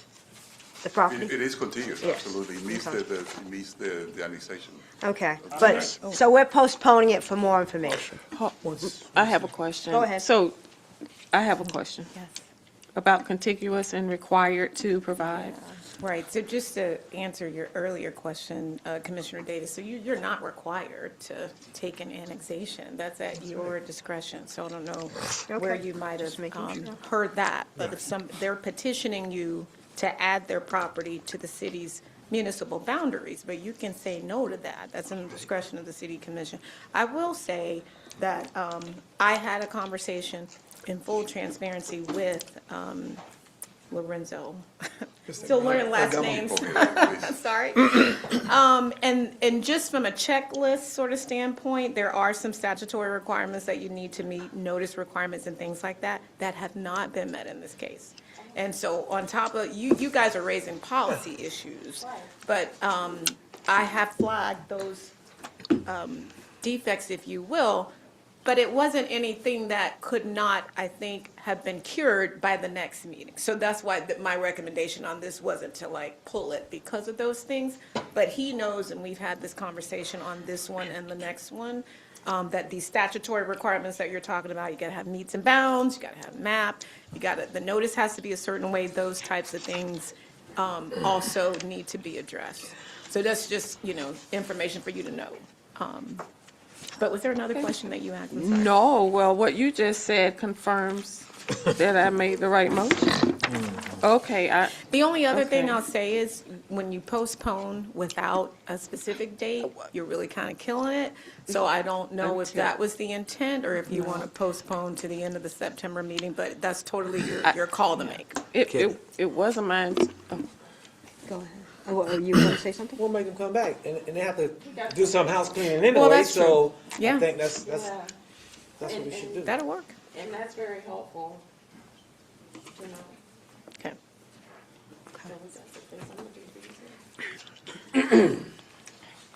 And that'll get some urgency in the analysis piece, and among other things that we need to get done and present before they present it to the commission. We need to have a ready, almost error-free presentation when things are put before us. We find ourselves too many times having to go back and do house cleaning on different things that's been presented to the commission. So we need to start like today and move forward with presenting complete packages to the commission with the best knowledge that we have to be able to make the best decision for our community.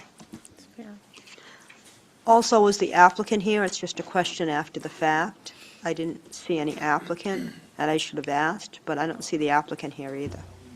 He's not here. Okay. That was another concern. And there's another thing that we added to make sure that if on first reading, that we do not take anything, and Mr. Gamo, that's something that, I talked to the city manager, that if we have applicants who are not here on first reading, we as a commission had made that decision to not take that item, To table it. or postpone it. So going forward, if we can make sure that that happens, that'll help make our meetings go a lot better and have more clarity. Item B, request to annex, amend future land use map and rezone 12730 Jacksonville Road and unassigned parcel ID 01-10-26-3150-0020-0040. Mr. Agamo. Well, Madam Mayor, this is the same issue. These are Okay, well, parcels. but we need to, it's on the agenda, so. Yes. I move. I'm sorry, did the mayor, and maybe this is to the planning director, with the first annexation, there were two other companion pieces? Yes. So we probably need to postpone those as well, right? Because they were on the Yes, agenda. okay, and usually the motion rolls them all in, and that was, go Oh, ahead. is that what happened? But I don't know if we missed that, so let's do That was it. my intent, but Yeah. I didn't. Usually what we've done is do the motion. take all combine- three of for- them Oh, for together. that I see. particular Okay, then parcel that's and fine. Then property. you're fine. If that's what you've For done, then section that's fine. A. I didn't realize that. Thank you. That's okay. So on to B, were you going to say something, or was I somebody was just going going to to make make a the motion? same motion for B, to And could we have a postpone. time certain to include 1, 3, and B 1, 2, and 3?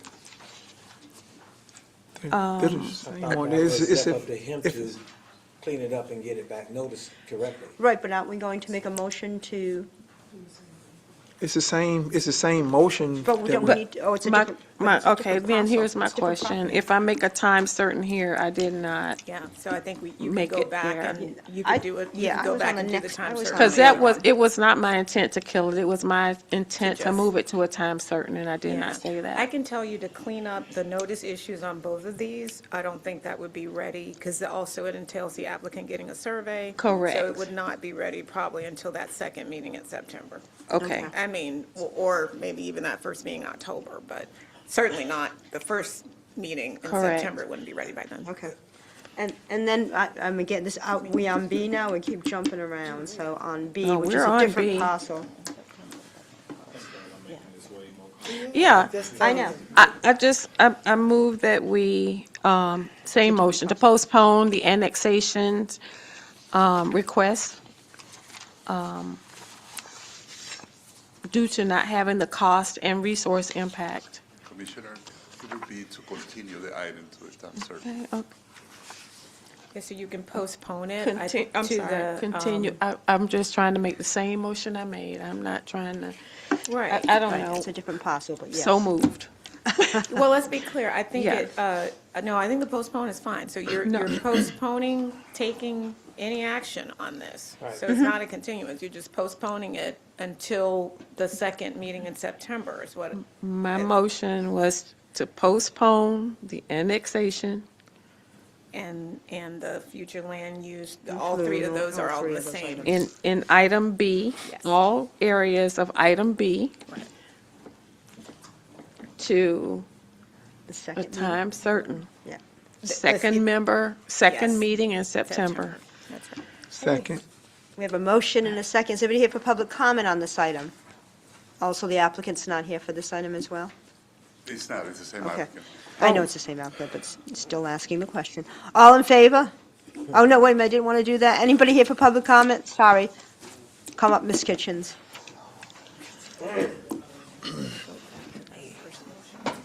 Illegal Kitchens, Black, Florida. I just want to commend all of you. You've used some common sense. I hadn't even thought about something. Seriously, you've used some common sense. I hadn't even thought about what you just brought up. And I'm just really impressed, and congratulations. I think y'all made the right choice. I hadn't thought about the future impact of these things when they bring this stuff in, so thank you so much for thinking about that. And I didn't mean y'all don't use common sense anyway, but this time it was just so, it just jumped out, and I'm proud of you. Thank you. Thank you. Anybody else here for public comment on this item? Seeing none, we close public comment. Roll call, please, Madam Clerk. Commissioner Campbell? Commissioner Jones? Yes. Commissioner Borum? Yes. Commissioner Davis? Yes. Mayor Carrera? Yes. So, Mayor, can we go back to that first one and add the time certain to that one, if someone can do a Yes, we motion for that? can. Be consistent. I move that we add a time certain to item A on the agenda, 8A, all sections under 8A, time certain, second meeting in September. Second. I have a motion, second, all, roll call, please. For point of clarity, as we move forward, does it need to be identified what is that item instead of just saying like, do we need to read the resolution number so that it brings clarity to, just want to make sure, because So I again, think- right. previously, you know, it can be up Right. for. Right. So I think in this case, your agenda is clearly published, and maybe if we were moving forward with the first reading, where we were actually reading, you're accepting it, and you're having to read the title, which is required by law, but in this case, you're postponing this item, so you're not even, you're just moving it literally to the next agenda that occurs that second meeting in September. So I don't think, I just wanted to bring clarity because at the time of the original vote, it was one way. So we're going back to a vote. You get what I'm saying? So that's why I want to just make sure we're going back to an item that we had already passed. that's correct. And so this, what you're doing here is not, in my mind, conflicting with that first item. You're adding to it. Yes. So I don't see any legal issue with adding this specificity of a date certain to item 8A, And which includes all all of those three sections. items as published on your agenda.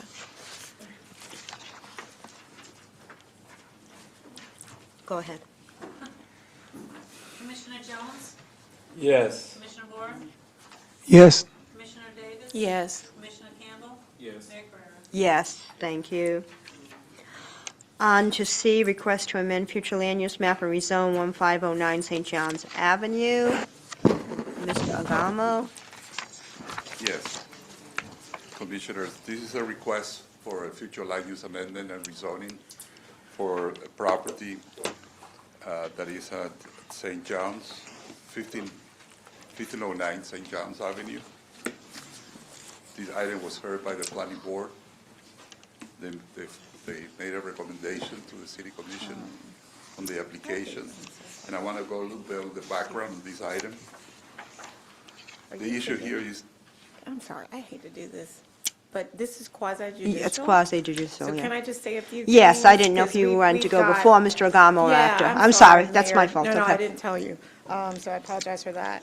But just because this is a quasi judicial hearing, there are some specific rules in your code section about it. So by quasi judicial, really, this rises to the level where we need to make sure that the applicant has an opportunity to be heard. And so there are specific, sort of procedural requirements, starting with declaring any ex parte communication. So communications that you may have had, with any applicants or agreed parties that's relevant to this particular proceeding. Usually by your code rules, unless you decide to do something different, Madam Mayor, the applicant would actually present first, and then we'd have our staff presentation. You'd then have any aggrieved or adversely affected parties. You can cross-examine and all of that if they choose to do that.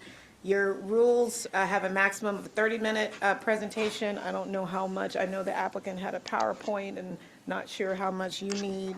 But we can also set a time, so that's not 30 minutes that we have. You can give a maximum up to 30 minutes, but if they only need 5 or 10 minutes, that works as well. Anybody who is testifying would need to take the oath. And so I would probably recommend after you do declare your ex parte communications, we can then have anybody that's planning to speak on this particular case take an oath, and then you can hear sort of the various presentations in that order. And then after you do that, specifically, I'm going to be looking to you in your judges' hats as quasi-judicial to make findings of fact and make decisions based on competent substantial evidence, which can be certainly your planning director and the planning board would qualify as competent substantial experts, and of course, the applicant, as I hear, may be a planner, so that is also testimony that would qualify under your rules and just standard land use law for competent substantial evidence. But the important thing is, you're not just yes or no. The yes or no here would need to be based on evidence, competent substantial evidence. Thank Ex you. parte. Does anybody have to declare any ex parte conversations? I do, Madam Mayor. I personally visited the would she be the plaintiff? Would she be? Yeah, the applicant. The applicant at her residence, 1509 St. John's Avenue, so that I could understand what was going on as far as the zoning. It really wasn't in concern of this particular request, it was actually with her trying to obtain the Rebuild Florida qualifications, and she had some stuff about her zoning, and they did not want to, I guess the planning board denied her request. And so I wanted for situational awareness, I wanted to know exactly what the problem was, and I wanted to see it with my own eyes. So I went there and I visited her and, witnessed what her living conditions were and the need, and so that I could actually have an intelligent conversation with that entity that was trying to help her at the time. I think I spoke with Mr. Gambo on the phone as well in reference to this, so I want to disclose it, that I did have those conversations. Perfect. Does anyone else have any ex parte conversation to disclose? Thank you.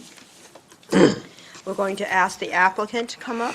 Right, or if everybody could, whoever wants to testify or is planning to testify, if you could just stand up. And I'm an officer of the court due to my law degree, and so if you could raise your right hand. Do you swear to tell the truth, the whole truth, and nothing but the truth, so help you God? I do. Yeah, okay, that's it. Okay, thank you. And so the applicant or the applicant's representative comes up first? That's right. Or representatives?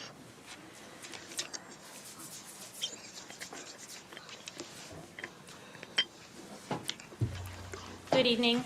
My name is Sarah Meyer with Dewberry Engineers, working with the Rebuild Florida program, and here on behalf of Mildred Sweet, who is the owner of 1509 St. John's Avenue.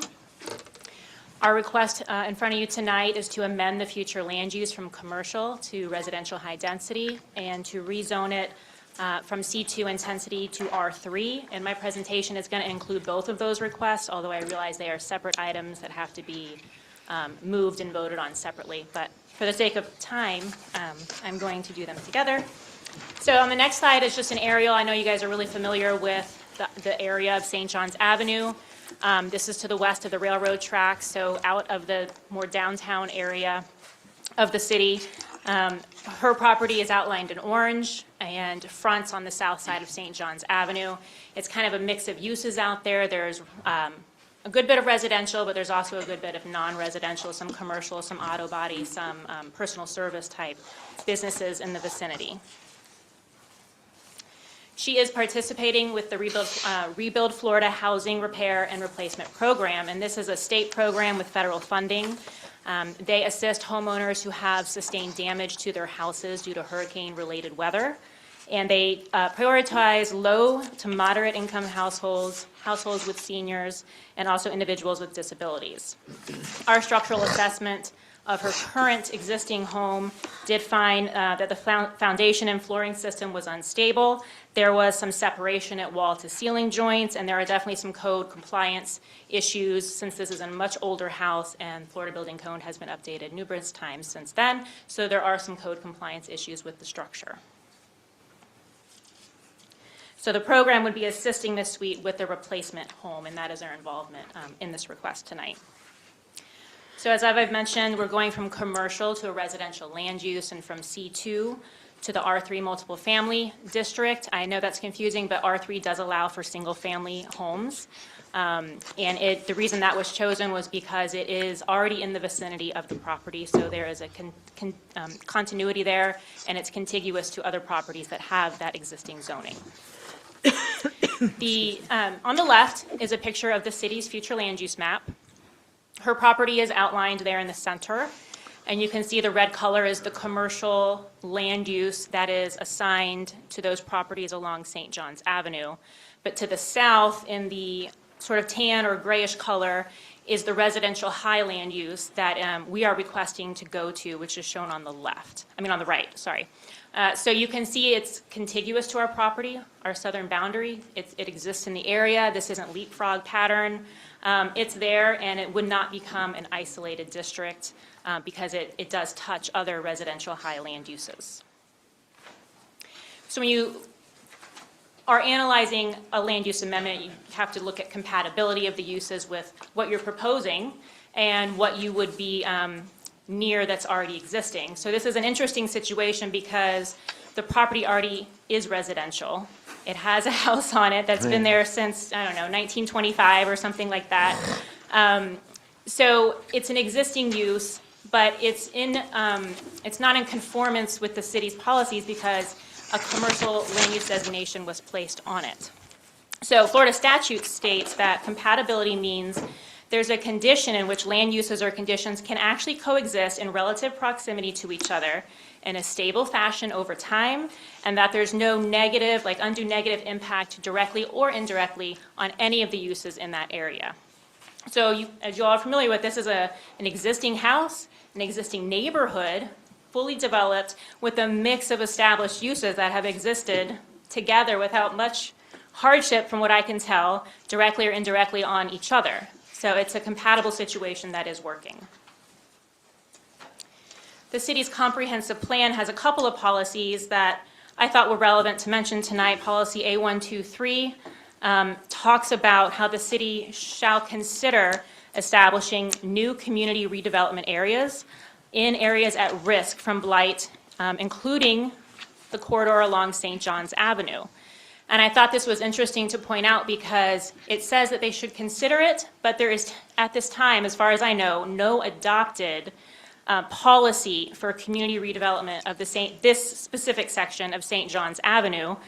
So there's no policy specifically directing that this has to remain commercial or that would prevent a residential land use from being placed on the property.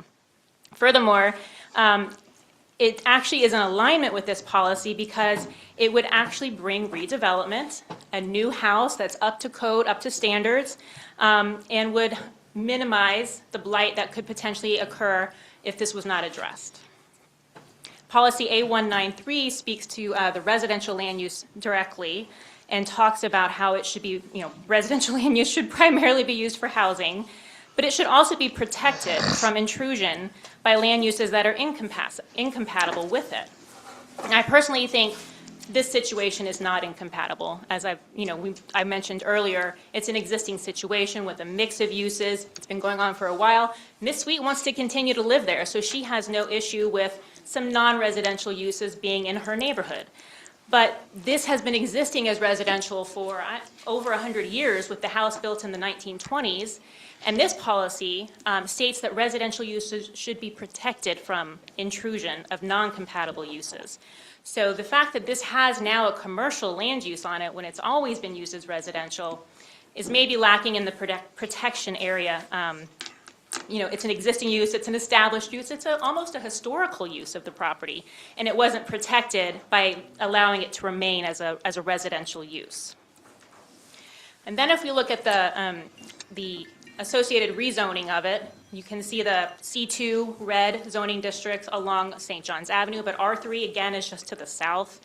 It's the same as the land use, which was residential high. It's contiguous, it shares a border, so the right-hand side would show you what it would look like if the amendment and the rezoning were approved. This is a very lengthy zoning analysis, but the items A through Q are these same items that were in the staff report presented by staff at the Planning Commission, so I thought it would be relevant to go through and show how we actually do meet the zoning analysis, but I'm going to do it really fast, so if you have any questions, I'll be happy to go back and address anything you might want to ask me about later. So there's no direct policies in the comprehensive plan that are in direct conflict with this requested amendment or rezoning. It's not in conflict with the existing land use pattern. As we all well know, there's residential and commercial uses in the area, and in fact, this would bring the existing residential use into compliance by allowing it to have a residential land use and zoning. So the use could be consistent with the comprehensive plan policy and the zoning map. It's not creating an isolated district, as there is R3 immediately adjacent. There's no increase to the load of public facilities or any impacts to the city because this is a fully developed site. It's already paid its impact fees. It already has connection to water and sewer. So there would be no new impact fees to public facilities. Let's see if we can keep going. No adverse influence to living conditions in the neighborhood. existing mix. There will be no impacts new to traffic or public safety as far as police and fire go, or trips on the road, as this is just one single-family home, and it's an existing development that is fully serviced by all city services already. Drainage is not going to be a problem. It's already fully developed, but with the proposed reconstruction of her house, it would go through full construction plan review and permitting. So if the grading or anything were to change, it would be fully reviewed and permitted by the city, or I believe you guys work with Putnam County on site plan reviews. And the property, again, is fully developed. It would be a beneficial improvement to the city to bring in a new house, that's meets the code standards, increase property values in the neighborhood, maybe even spruce up the curb appeal of St. John's Avenue in that area. Definitely not a deterrent to other development in the area. If anything, it might help spur some redevelopment. For M, if we're on that one, I don't think that this would grant any, special privilege to the homeowner. As I've said many times, it's fully developed, and I know that Lorenzo might mention that there was a case in 2021 where along St. John's Avenue, a little further to the west, I believe, someone wanted to change the land use from commercial to residential, and it was denied, and that's setting a precedent. But I believe that property was already vacant and did not have a homeowner in a house living on it. So I feel like this is not an apples-to-apples comparison. This is very different. And so I think that's important to take into consideration.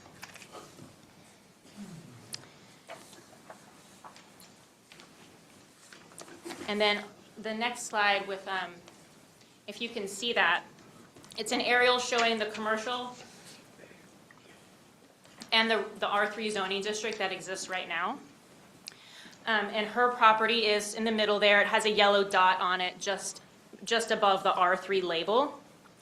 But all these yellow dots represent other properties within the C2 commercial zoning district that are currently being used for residential and have a single-family home on them.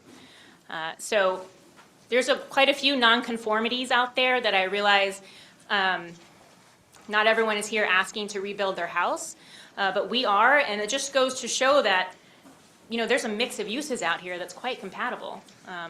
It's small neighborhood scale mixed with single family, so you're not talking 5-story office centers and shopping malls next to single family homes. These are small businesses next to single family.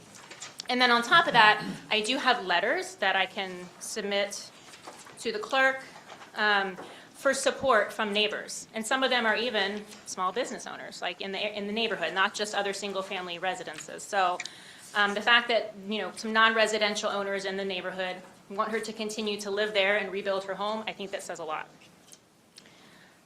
Let's see what else. And then finally, we would really appreciate your support, your approval tonight to allow the land use to be consistent, to allow Ms. Sweet, who is an elderly storm survivor, to continue living on her property and to have a new home built that would meet current Florida Building Code standards and be more resilient for the next natural disaster that comes through, because it will. Thank you very much. Thank you. Thank you. Anybody have any questions? Is there anybody else here, the applicant, or anybody else here for the applicant that wants to speak on this? We do have some other professionals here, but they're available for questions. If you guys have any questions about the program itself or something comes up during your discussion that needs to be addressed, we'd be happy to bring them up. Okay, thank you. Thank you.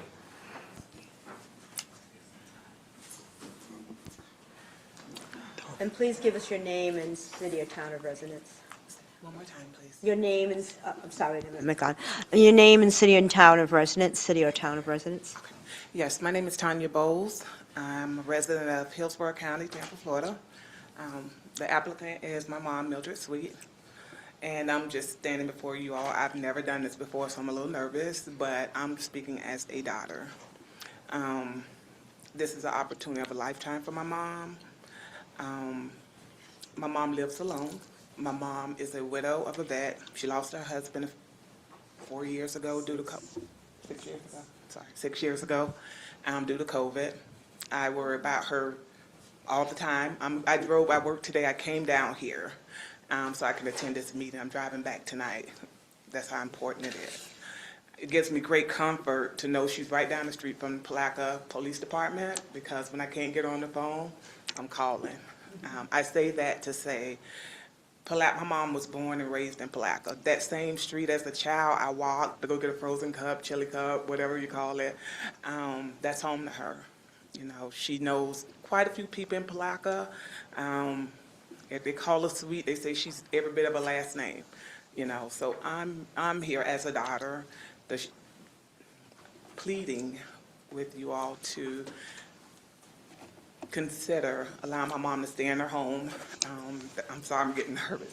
To stay in her home. That's the home her and her husband built. It may not be anything to the naked eye, but to her it means something. And she's happy there. My mom's on oxygen 24/7. She's hard-headed. She doesn't have it on now. Oh, she ran out. But I love her, and I want my mom to be happy, and her being home makes her happy. So that's it. That's all I have to say.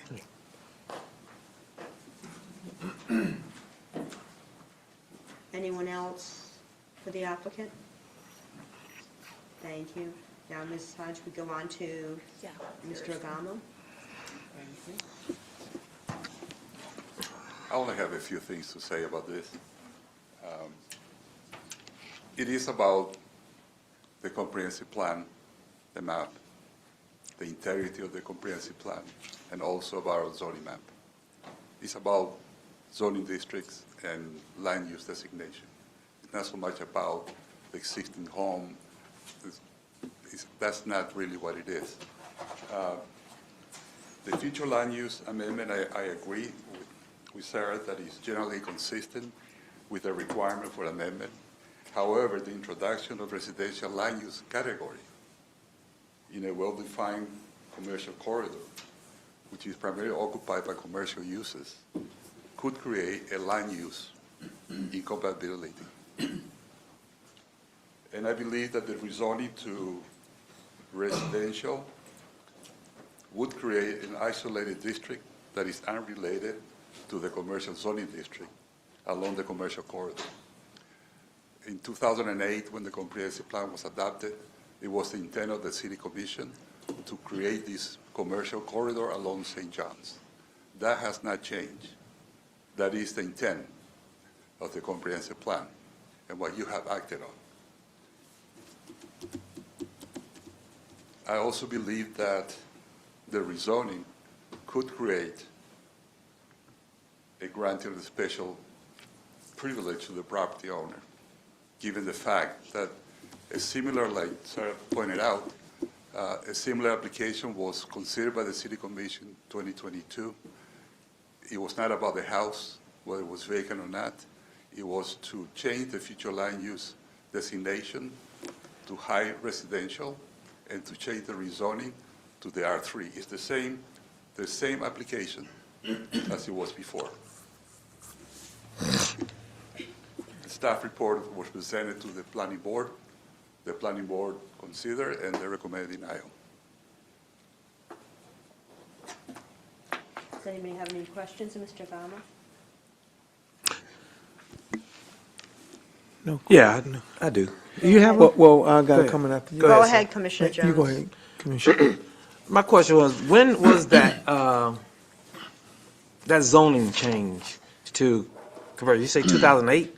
The adoption of the comprehensive plan in 2008. 2008. Did you think the consideration went into there were residents that were there prior to the businesses going there? Because I've been in Palatka all my life, and from, if we go all the way down from Mosley Avenue down to, let's go to 11th Street or St. John's Avenue, you have mixed use. You have residential, commercial. Matter of fact, even Ms. Sweet's house is right between two commercial buildings. That one commercial building, which is a marijuana dispensary, I think, it was a resident. So she has two residents and then like an air-conditioned service or retail place. So, and then behind her is nothing but residents, so it's no commercial. I just think that, so I asked you that question, I don't want to give my opinion. So I just want to point that out. In that area, that entire corridor, you have mixed use, resident and businesses. So there was also an option that you guys gave, or was given to her as well. And that was, she could actually remodel her house if she leave a wall up. So what's the difference if she leave a wall up and y'all build the rest of the house versus just tearing it down to give her what she really needs? And it is based on her needs. She needs a new structure there, totally. And I understand What's the all difference? that. The issue here is that the property is zone commercial too, and the existing residential use, as long as other ones that she pointed out in the map, they're non-conforming uses. They're legal, non-conforming uses, and they are vested to continue. They had a vesting provisions that are assigned to those properties. So, since the zoning doesn't allow to create new residential structures, what we would discuss at the beginning, the first came to the city, was to remodel the house and not to demolish. Because the moment that they demolish the house completely, they lose the vesting provisions, and then they couldn't rebuild. And that's the reason they're doing the rezoning, because they need to get the residential designation to be able to demolish the house and put a new one. But at the end of this, it's a policy decision by the city commission. It's our decision, right? Like it was in 2008 to create a corridor, commercial corridor, it would be the same thing. That's the only question. Well, yes, thanks, Madam Mayor, but, again, it is a mixed use. But what concerns me is that this is the first time I've heard you come out as, in the manner as it relates to, not trying to help support, residents. We're trying to improve blight. It helps in that regard. It's mixed use, in my opinion. They've been there, the house has been there since the early 1900s. And so, and it's just a designation. It's not going to impact that much. There's been other designations not far in the past that there was some protection around that. So I think we need to make sure that we do the right things when it comes to helping people in this regard. So I support the project, and I want to make sure that Miss Sweet stays in her home. Commissioner Campbell. If we are past that point, I'd like to move forward with the motion. So, at this point, are we still in a public hearing posture where you're hearing from, or if you don't have any more questions for, then we can officially close the public hearing. I do want to point out that you do have two ordinances in front of you. So the first one is legislative in nature. So that's more of a, so that is, as our plan director said, more of a policy call. So that you just however you want to make that change to the land use map, you can certainly do that. But the second one is not a policy decision, so we don't need to make that one based on our feelings, right? Like, we got to make that one based on, as you guys have heard this term, competent substantial evidence. So what's not competent substantial evidence when we get to that motion? Letters from neighbors supporting, I just like the project, that's not competent substantial evidence.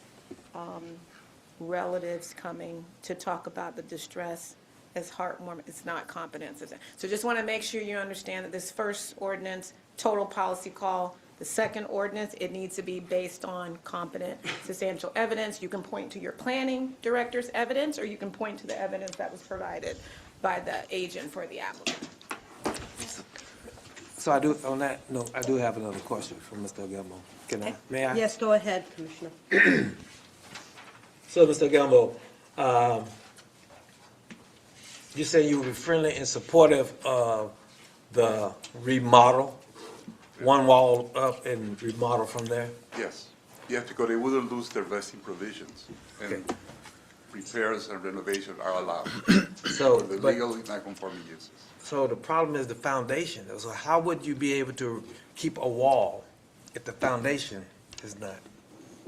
Yeah, and when, after the planning board meeting, I suggested that they get in touch with the building official of the county to see what requirement, how they could do the remodeling or not, how much they could demolish without demolishing the whole unit. And I don't know the answer, you know, what kind of guidance they got from the county. But all I know is that after the meeting, a couple of days later, they contacted me, the applicant, saying that they were going to go with a repair. 2 weeks or 3 weeks later, they changed their mind, and I got in touch with the Department of Commerce. They called me, and they said maybe it's going to be too expensive, and that was the decision of the Department of Commerce for the grant to go forward with the rezoning so they could have the demolition and put a new house. That's what is in front of you today. Any other questions, Mr. Gama? Well, I just have one for the attorney Ms. as it Hodges? relates to, Ms. Hodges, you said there's not a problem with item, item I, but, I mean, no, this item 1 on the C, but what about the 2? So we would have to have, we would have to have substantial, Right, competent evidence. So is item I, the 2026-41, the land use map change? yes, Right, so that's the one that's a policy call. right. I'm talking I. Oh, the second one? Yeah. Yes, so with that one, you need to base that on a decision because you're acting with the judge's hat on. So, you know, just like any judge, you got to weigh evidence, so you heard your planning director, you heard the agent. So you're weighing that, and what are you looking at? Is it with the rezoning?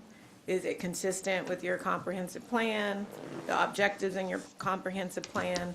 And you've got to point to some evidence in the record to back up whatever your decision is. So right now, on that quasi-judicial matter, you've got your planning, your experts for the city saying deny on that point. So they've vetted that, you know, presumably, and that's a denial.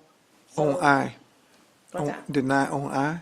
On the Okay, second one. okay. Yes, 2I. Right, I. Roman at 2I, yeah. Right. But, okay, so, But you can move with the first motion to decide the first question about changing the land use. You would need to do that before you could even get to your rezoning. So do we have a motion for C1? Ordinance number 2026-41. motion to approve. Second. We have a motion and a second to approve. Is anybody here for public comment on this item beyond what we've heard? Seeing none, we'll close public comment. Roll call, please. Commissioner Boran? Yes. Commissioner Davis? Yes. Commissioner Campbell? Yes. Commissioner Jones? Yes. Mayor Carrera? Yes. On to ordinance number 2026-42. Yes. Go ahead.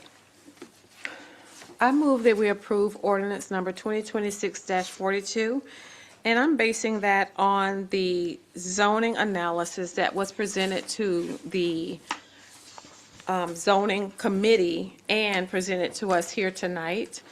The fact that there's no direct conflict with the comprehensive plan, and the fact that it was presented that No, you finish. You finish. There was a thought, but I don't want to interrupt what you're saying. Okay.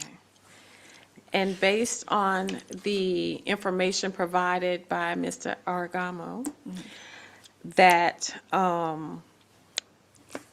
if one wall or a piece stayed, that would not be in conflict with, the zoning, is what I heard.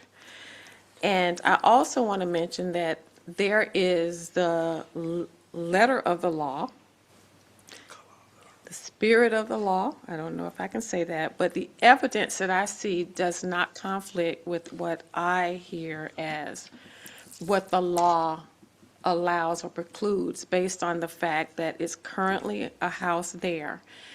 And it's not in changing what currently exists. As contrast to the reference of the previous case, I think the 2021 case that was denied based on the fact that the difference between the two for me is that the one was vacant and wanted to build a house there to make it residential, is my understanding, versus this request. I second. That's my motion. I second it. Okay, Okay. Mrs. Hodges? That's fine. Ms. Hodges, rather? So just to keep, just a sort of procedure, keep in mind that if you don't agree with the planning board, that you do need 4 votes here. Correct. But just to make sure, so if clearly what your staff was saying is that it's inconsistent. That's why your board, not only your staff, but also your planning board. So their whole analysis is it is not consistent with, the comprehensive plan. And that's fine. And you can certainly take that position and reject that evidence, but then I need you to point to some other evidence. And that other evidence could be the presentation that you heard. Yes. Right, which is in the record. You just got to make sure that where you land, it's actually being supported. It is. And I did not go through all of the zoning analysis because there is A through Q. And just that, to be, go ahead. well, just to be clear, because you actually aren't considered experts, and so that's why I'm pointing you to this lady. I don't mean that in, No. I don't mean that in any sort We've of- received a lot of feedback tonight. Right. But the young lady that got up and presented, am I right and correct that you're actually a planner or you do this for a living? So she is a professional that you want to rely on. And so that's why I'm pointing you to her presentation that was given to you to back up why you would be saying, I don't agree with what my planning board said because of all those statements she made. And I thought I was doing that. So when I was mentioning the zoning analysis You were in the looking for it. Thank presentation, you. I couldn't see that. It Yes. sounded like you were referring to the staffs. Okay. correct. Got it. This was what I was using for Okay. it. Based on what I understand from this zoning analysis, I don't see any policy that's in direct conflict with the comprehensive plan or the decision. I think it's the interpretation of what the planning board based their decision on. Right, and so so if you make a motion to approve in the affirmative, you're actually upholding what the planning commission did, right? So- If you, so the motion would be to deny. Oh, I'm sorry. Does that make So, sense? yes, so Yeah. let me say that, and I misunderstood. So, yes, my motion is to deny. That's right, because you're Or rejecting what your my planning board. motion is to deny ordinance 2026-40. Second. I'm sorry, Yeah. 2026-42. Okay, stop, you're confusing me. Yeah, I I'm know. gonna stop Yeah. talking I right think now. you're- You are confusing me, denying the Ms. Hodge, and recommendation I'm from gonna the let planning you, board, I'm gonna correct? let you give me some clarity. Right. Everything I said, I stand by. My intent is to deny and overturn the decision by the planning board. So whatever words I need to say, I welcome them. Yeah, that's right. So that's really what's on the table. That's what you're deciding in this quasi judicial. So we definitely need to get on the record that you are denying this recommendation from the planning board. And by denying that recommendation, I'm sorry? Right, based on the testimony of the planner that came and presented, sorry, I don't know her name. Do we But- need to get her name? Do we need to get her name? You put your name on the record, did you? Yes. Okay. Yeah, her name's on the record. Sarah Myers. Sarah Myers. But by denying, May I say something, please? Sure. May I interrupt? Yes. So when I'm reading ordinance 2026-42, it states an ordinance of the City of Palatka, Florida, providing that the official zoning map of the City of Palatka, Florida be amended from City of Palatka Intensive Commercial C2 to City of Palatka Residential Multifamily R3 for the property located at 1509 St. John's Avenue, Palatka, Florida.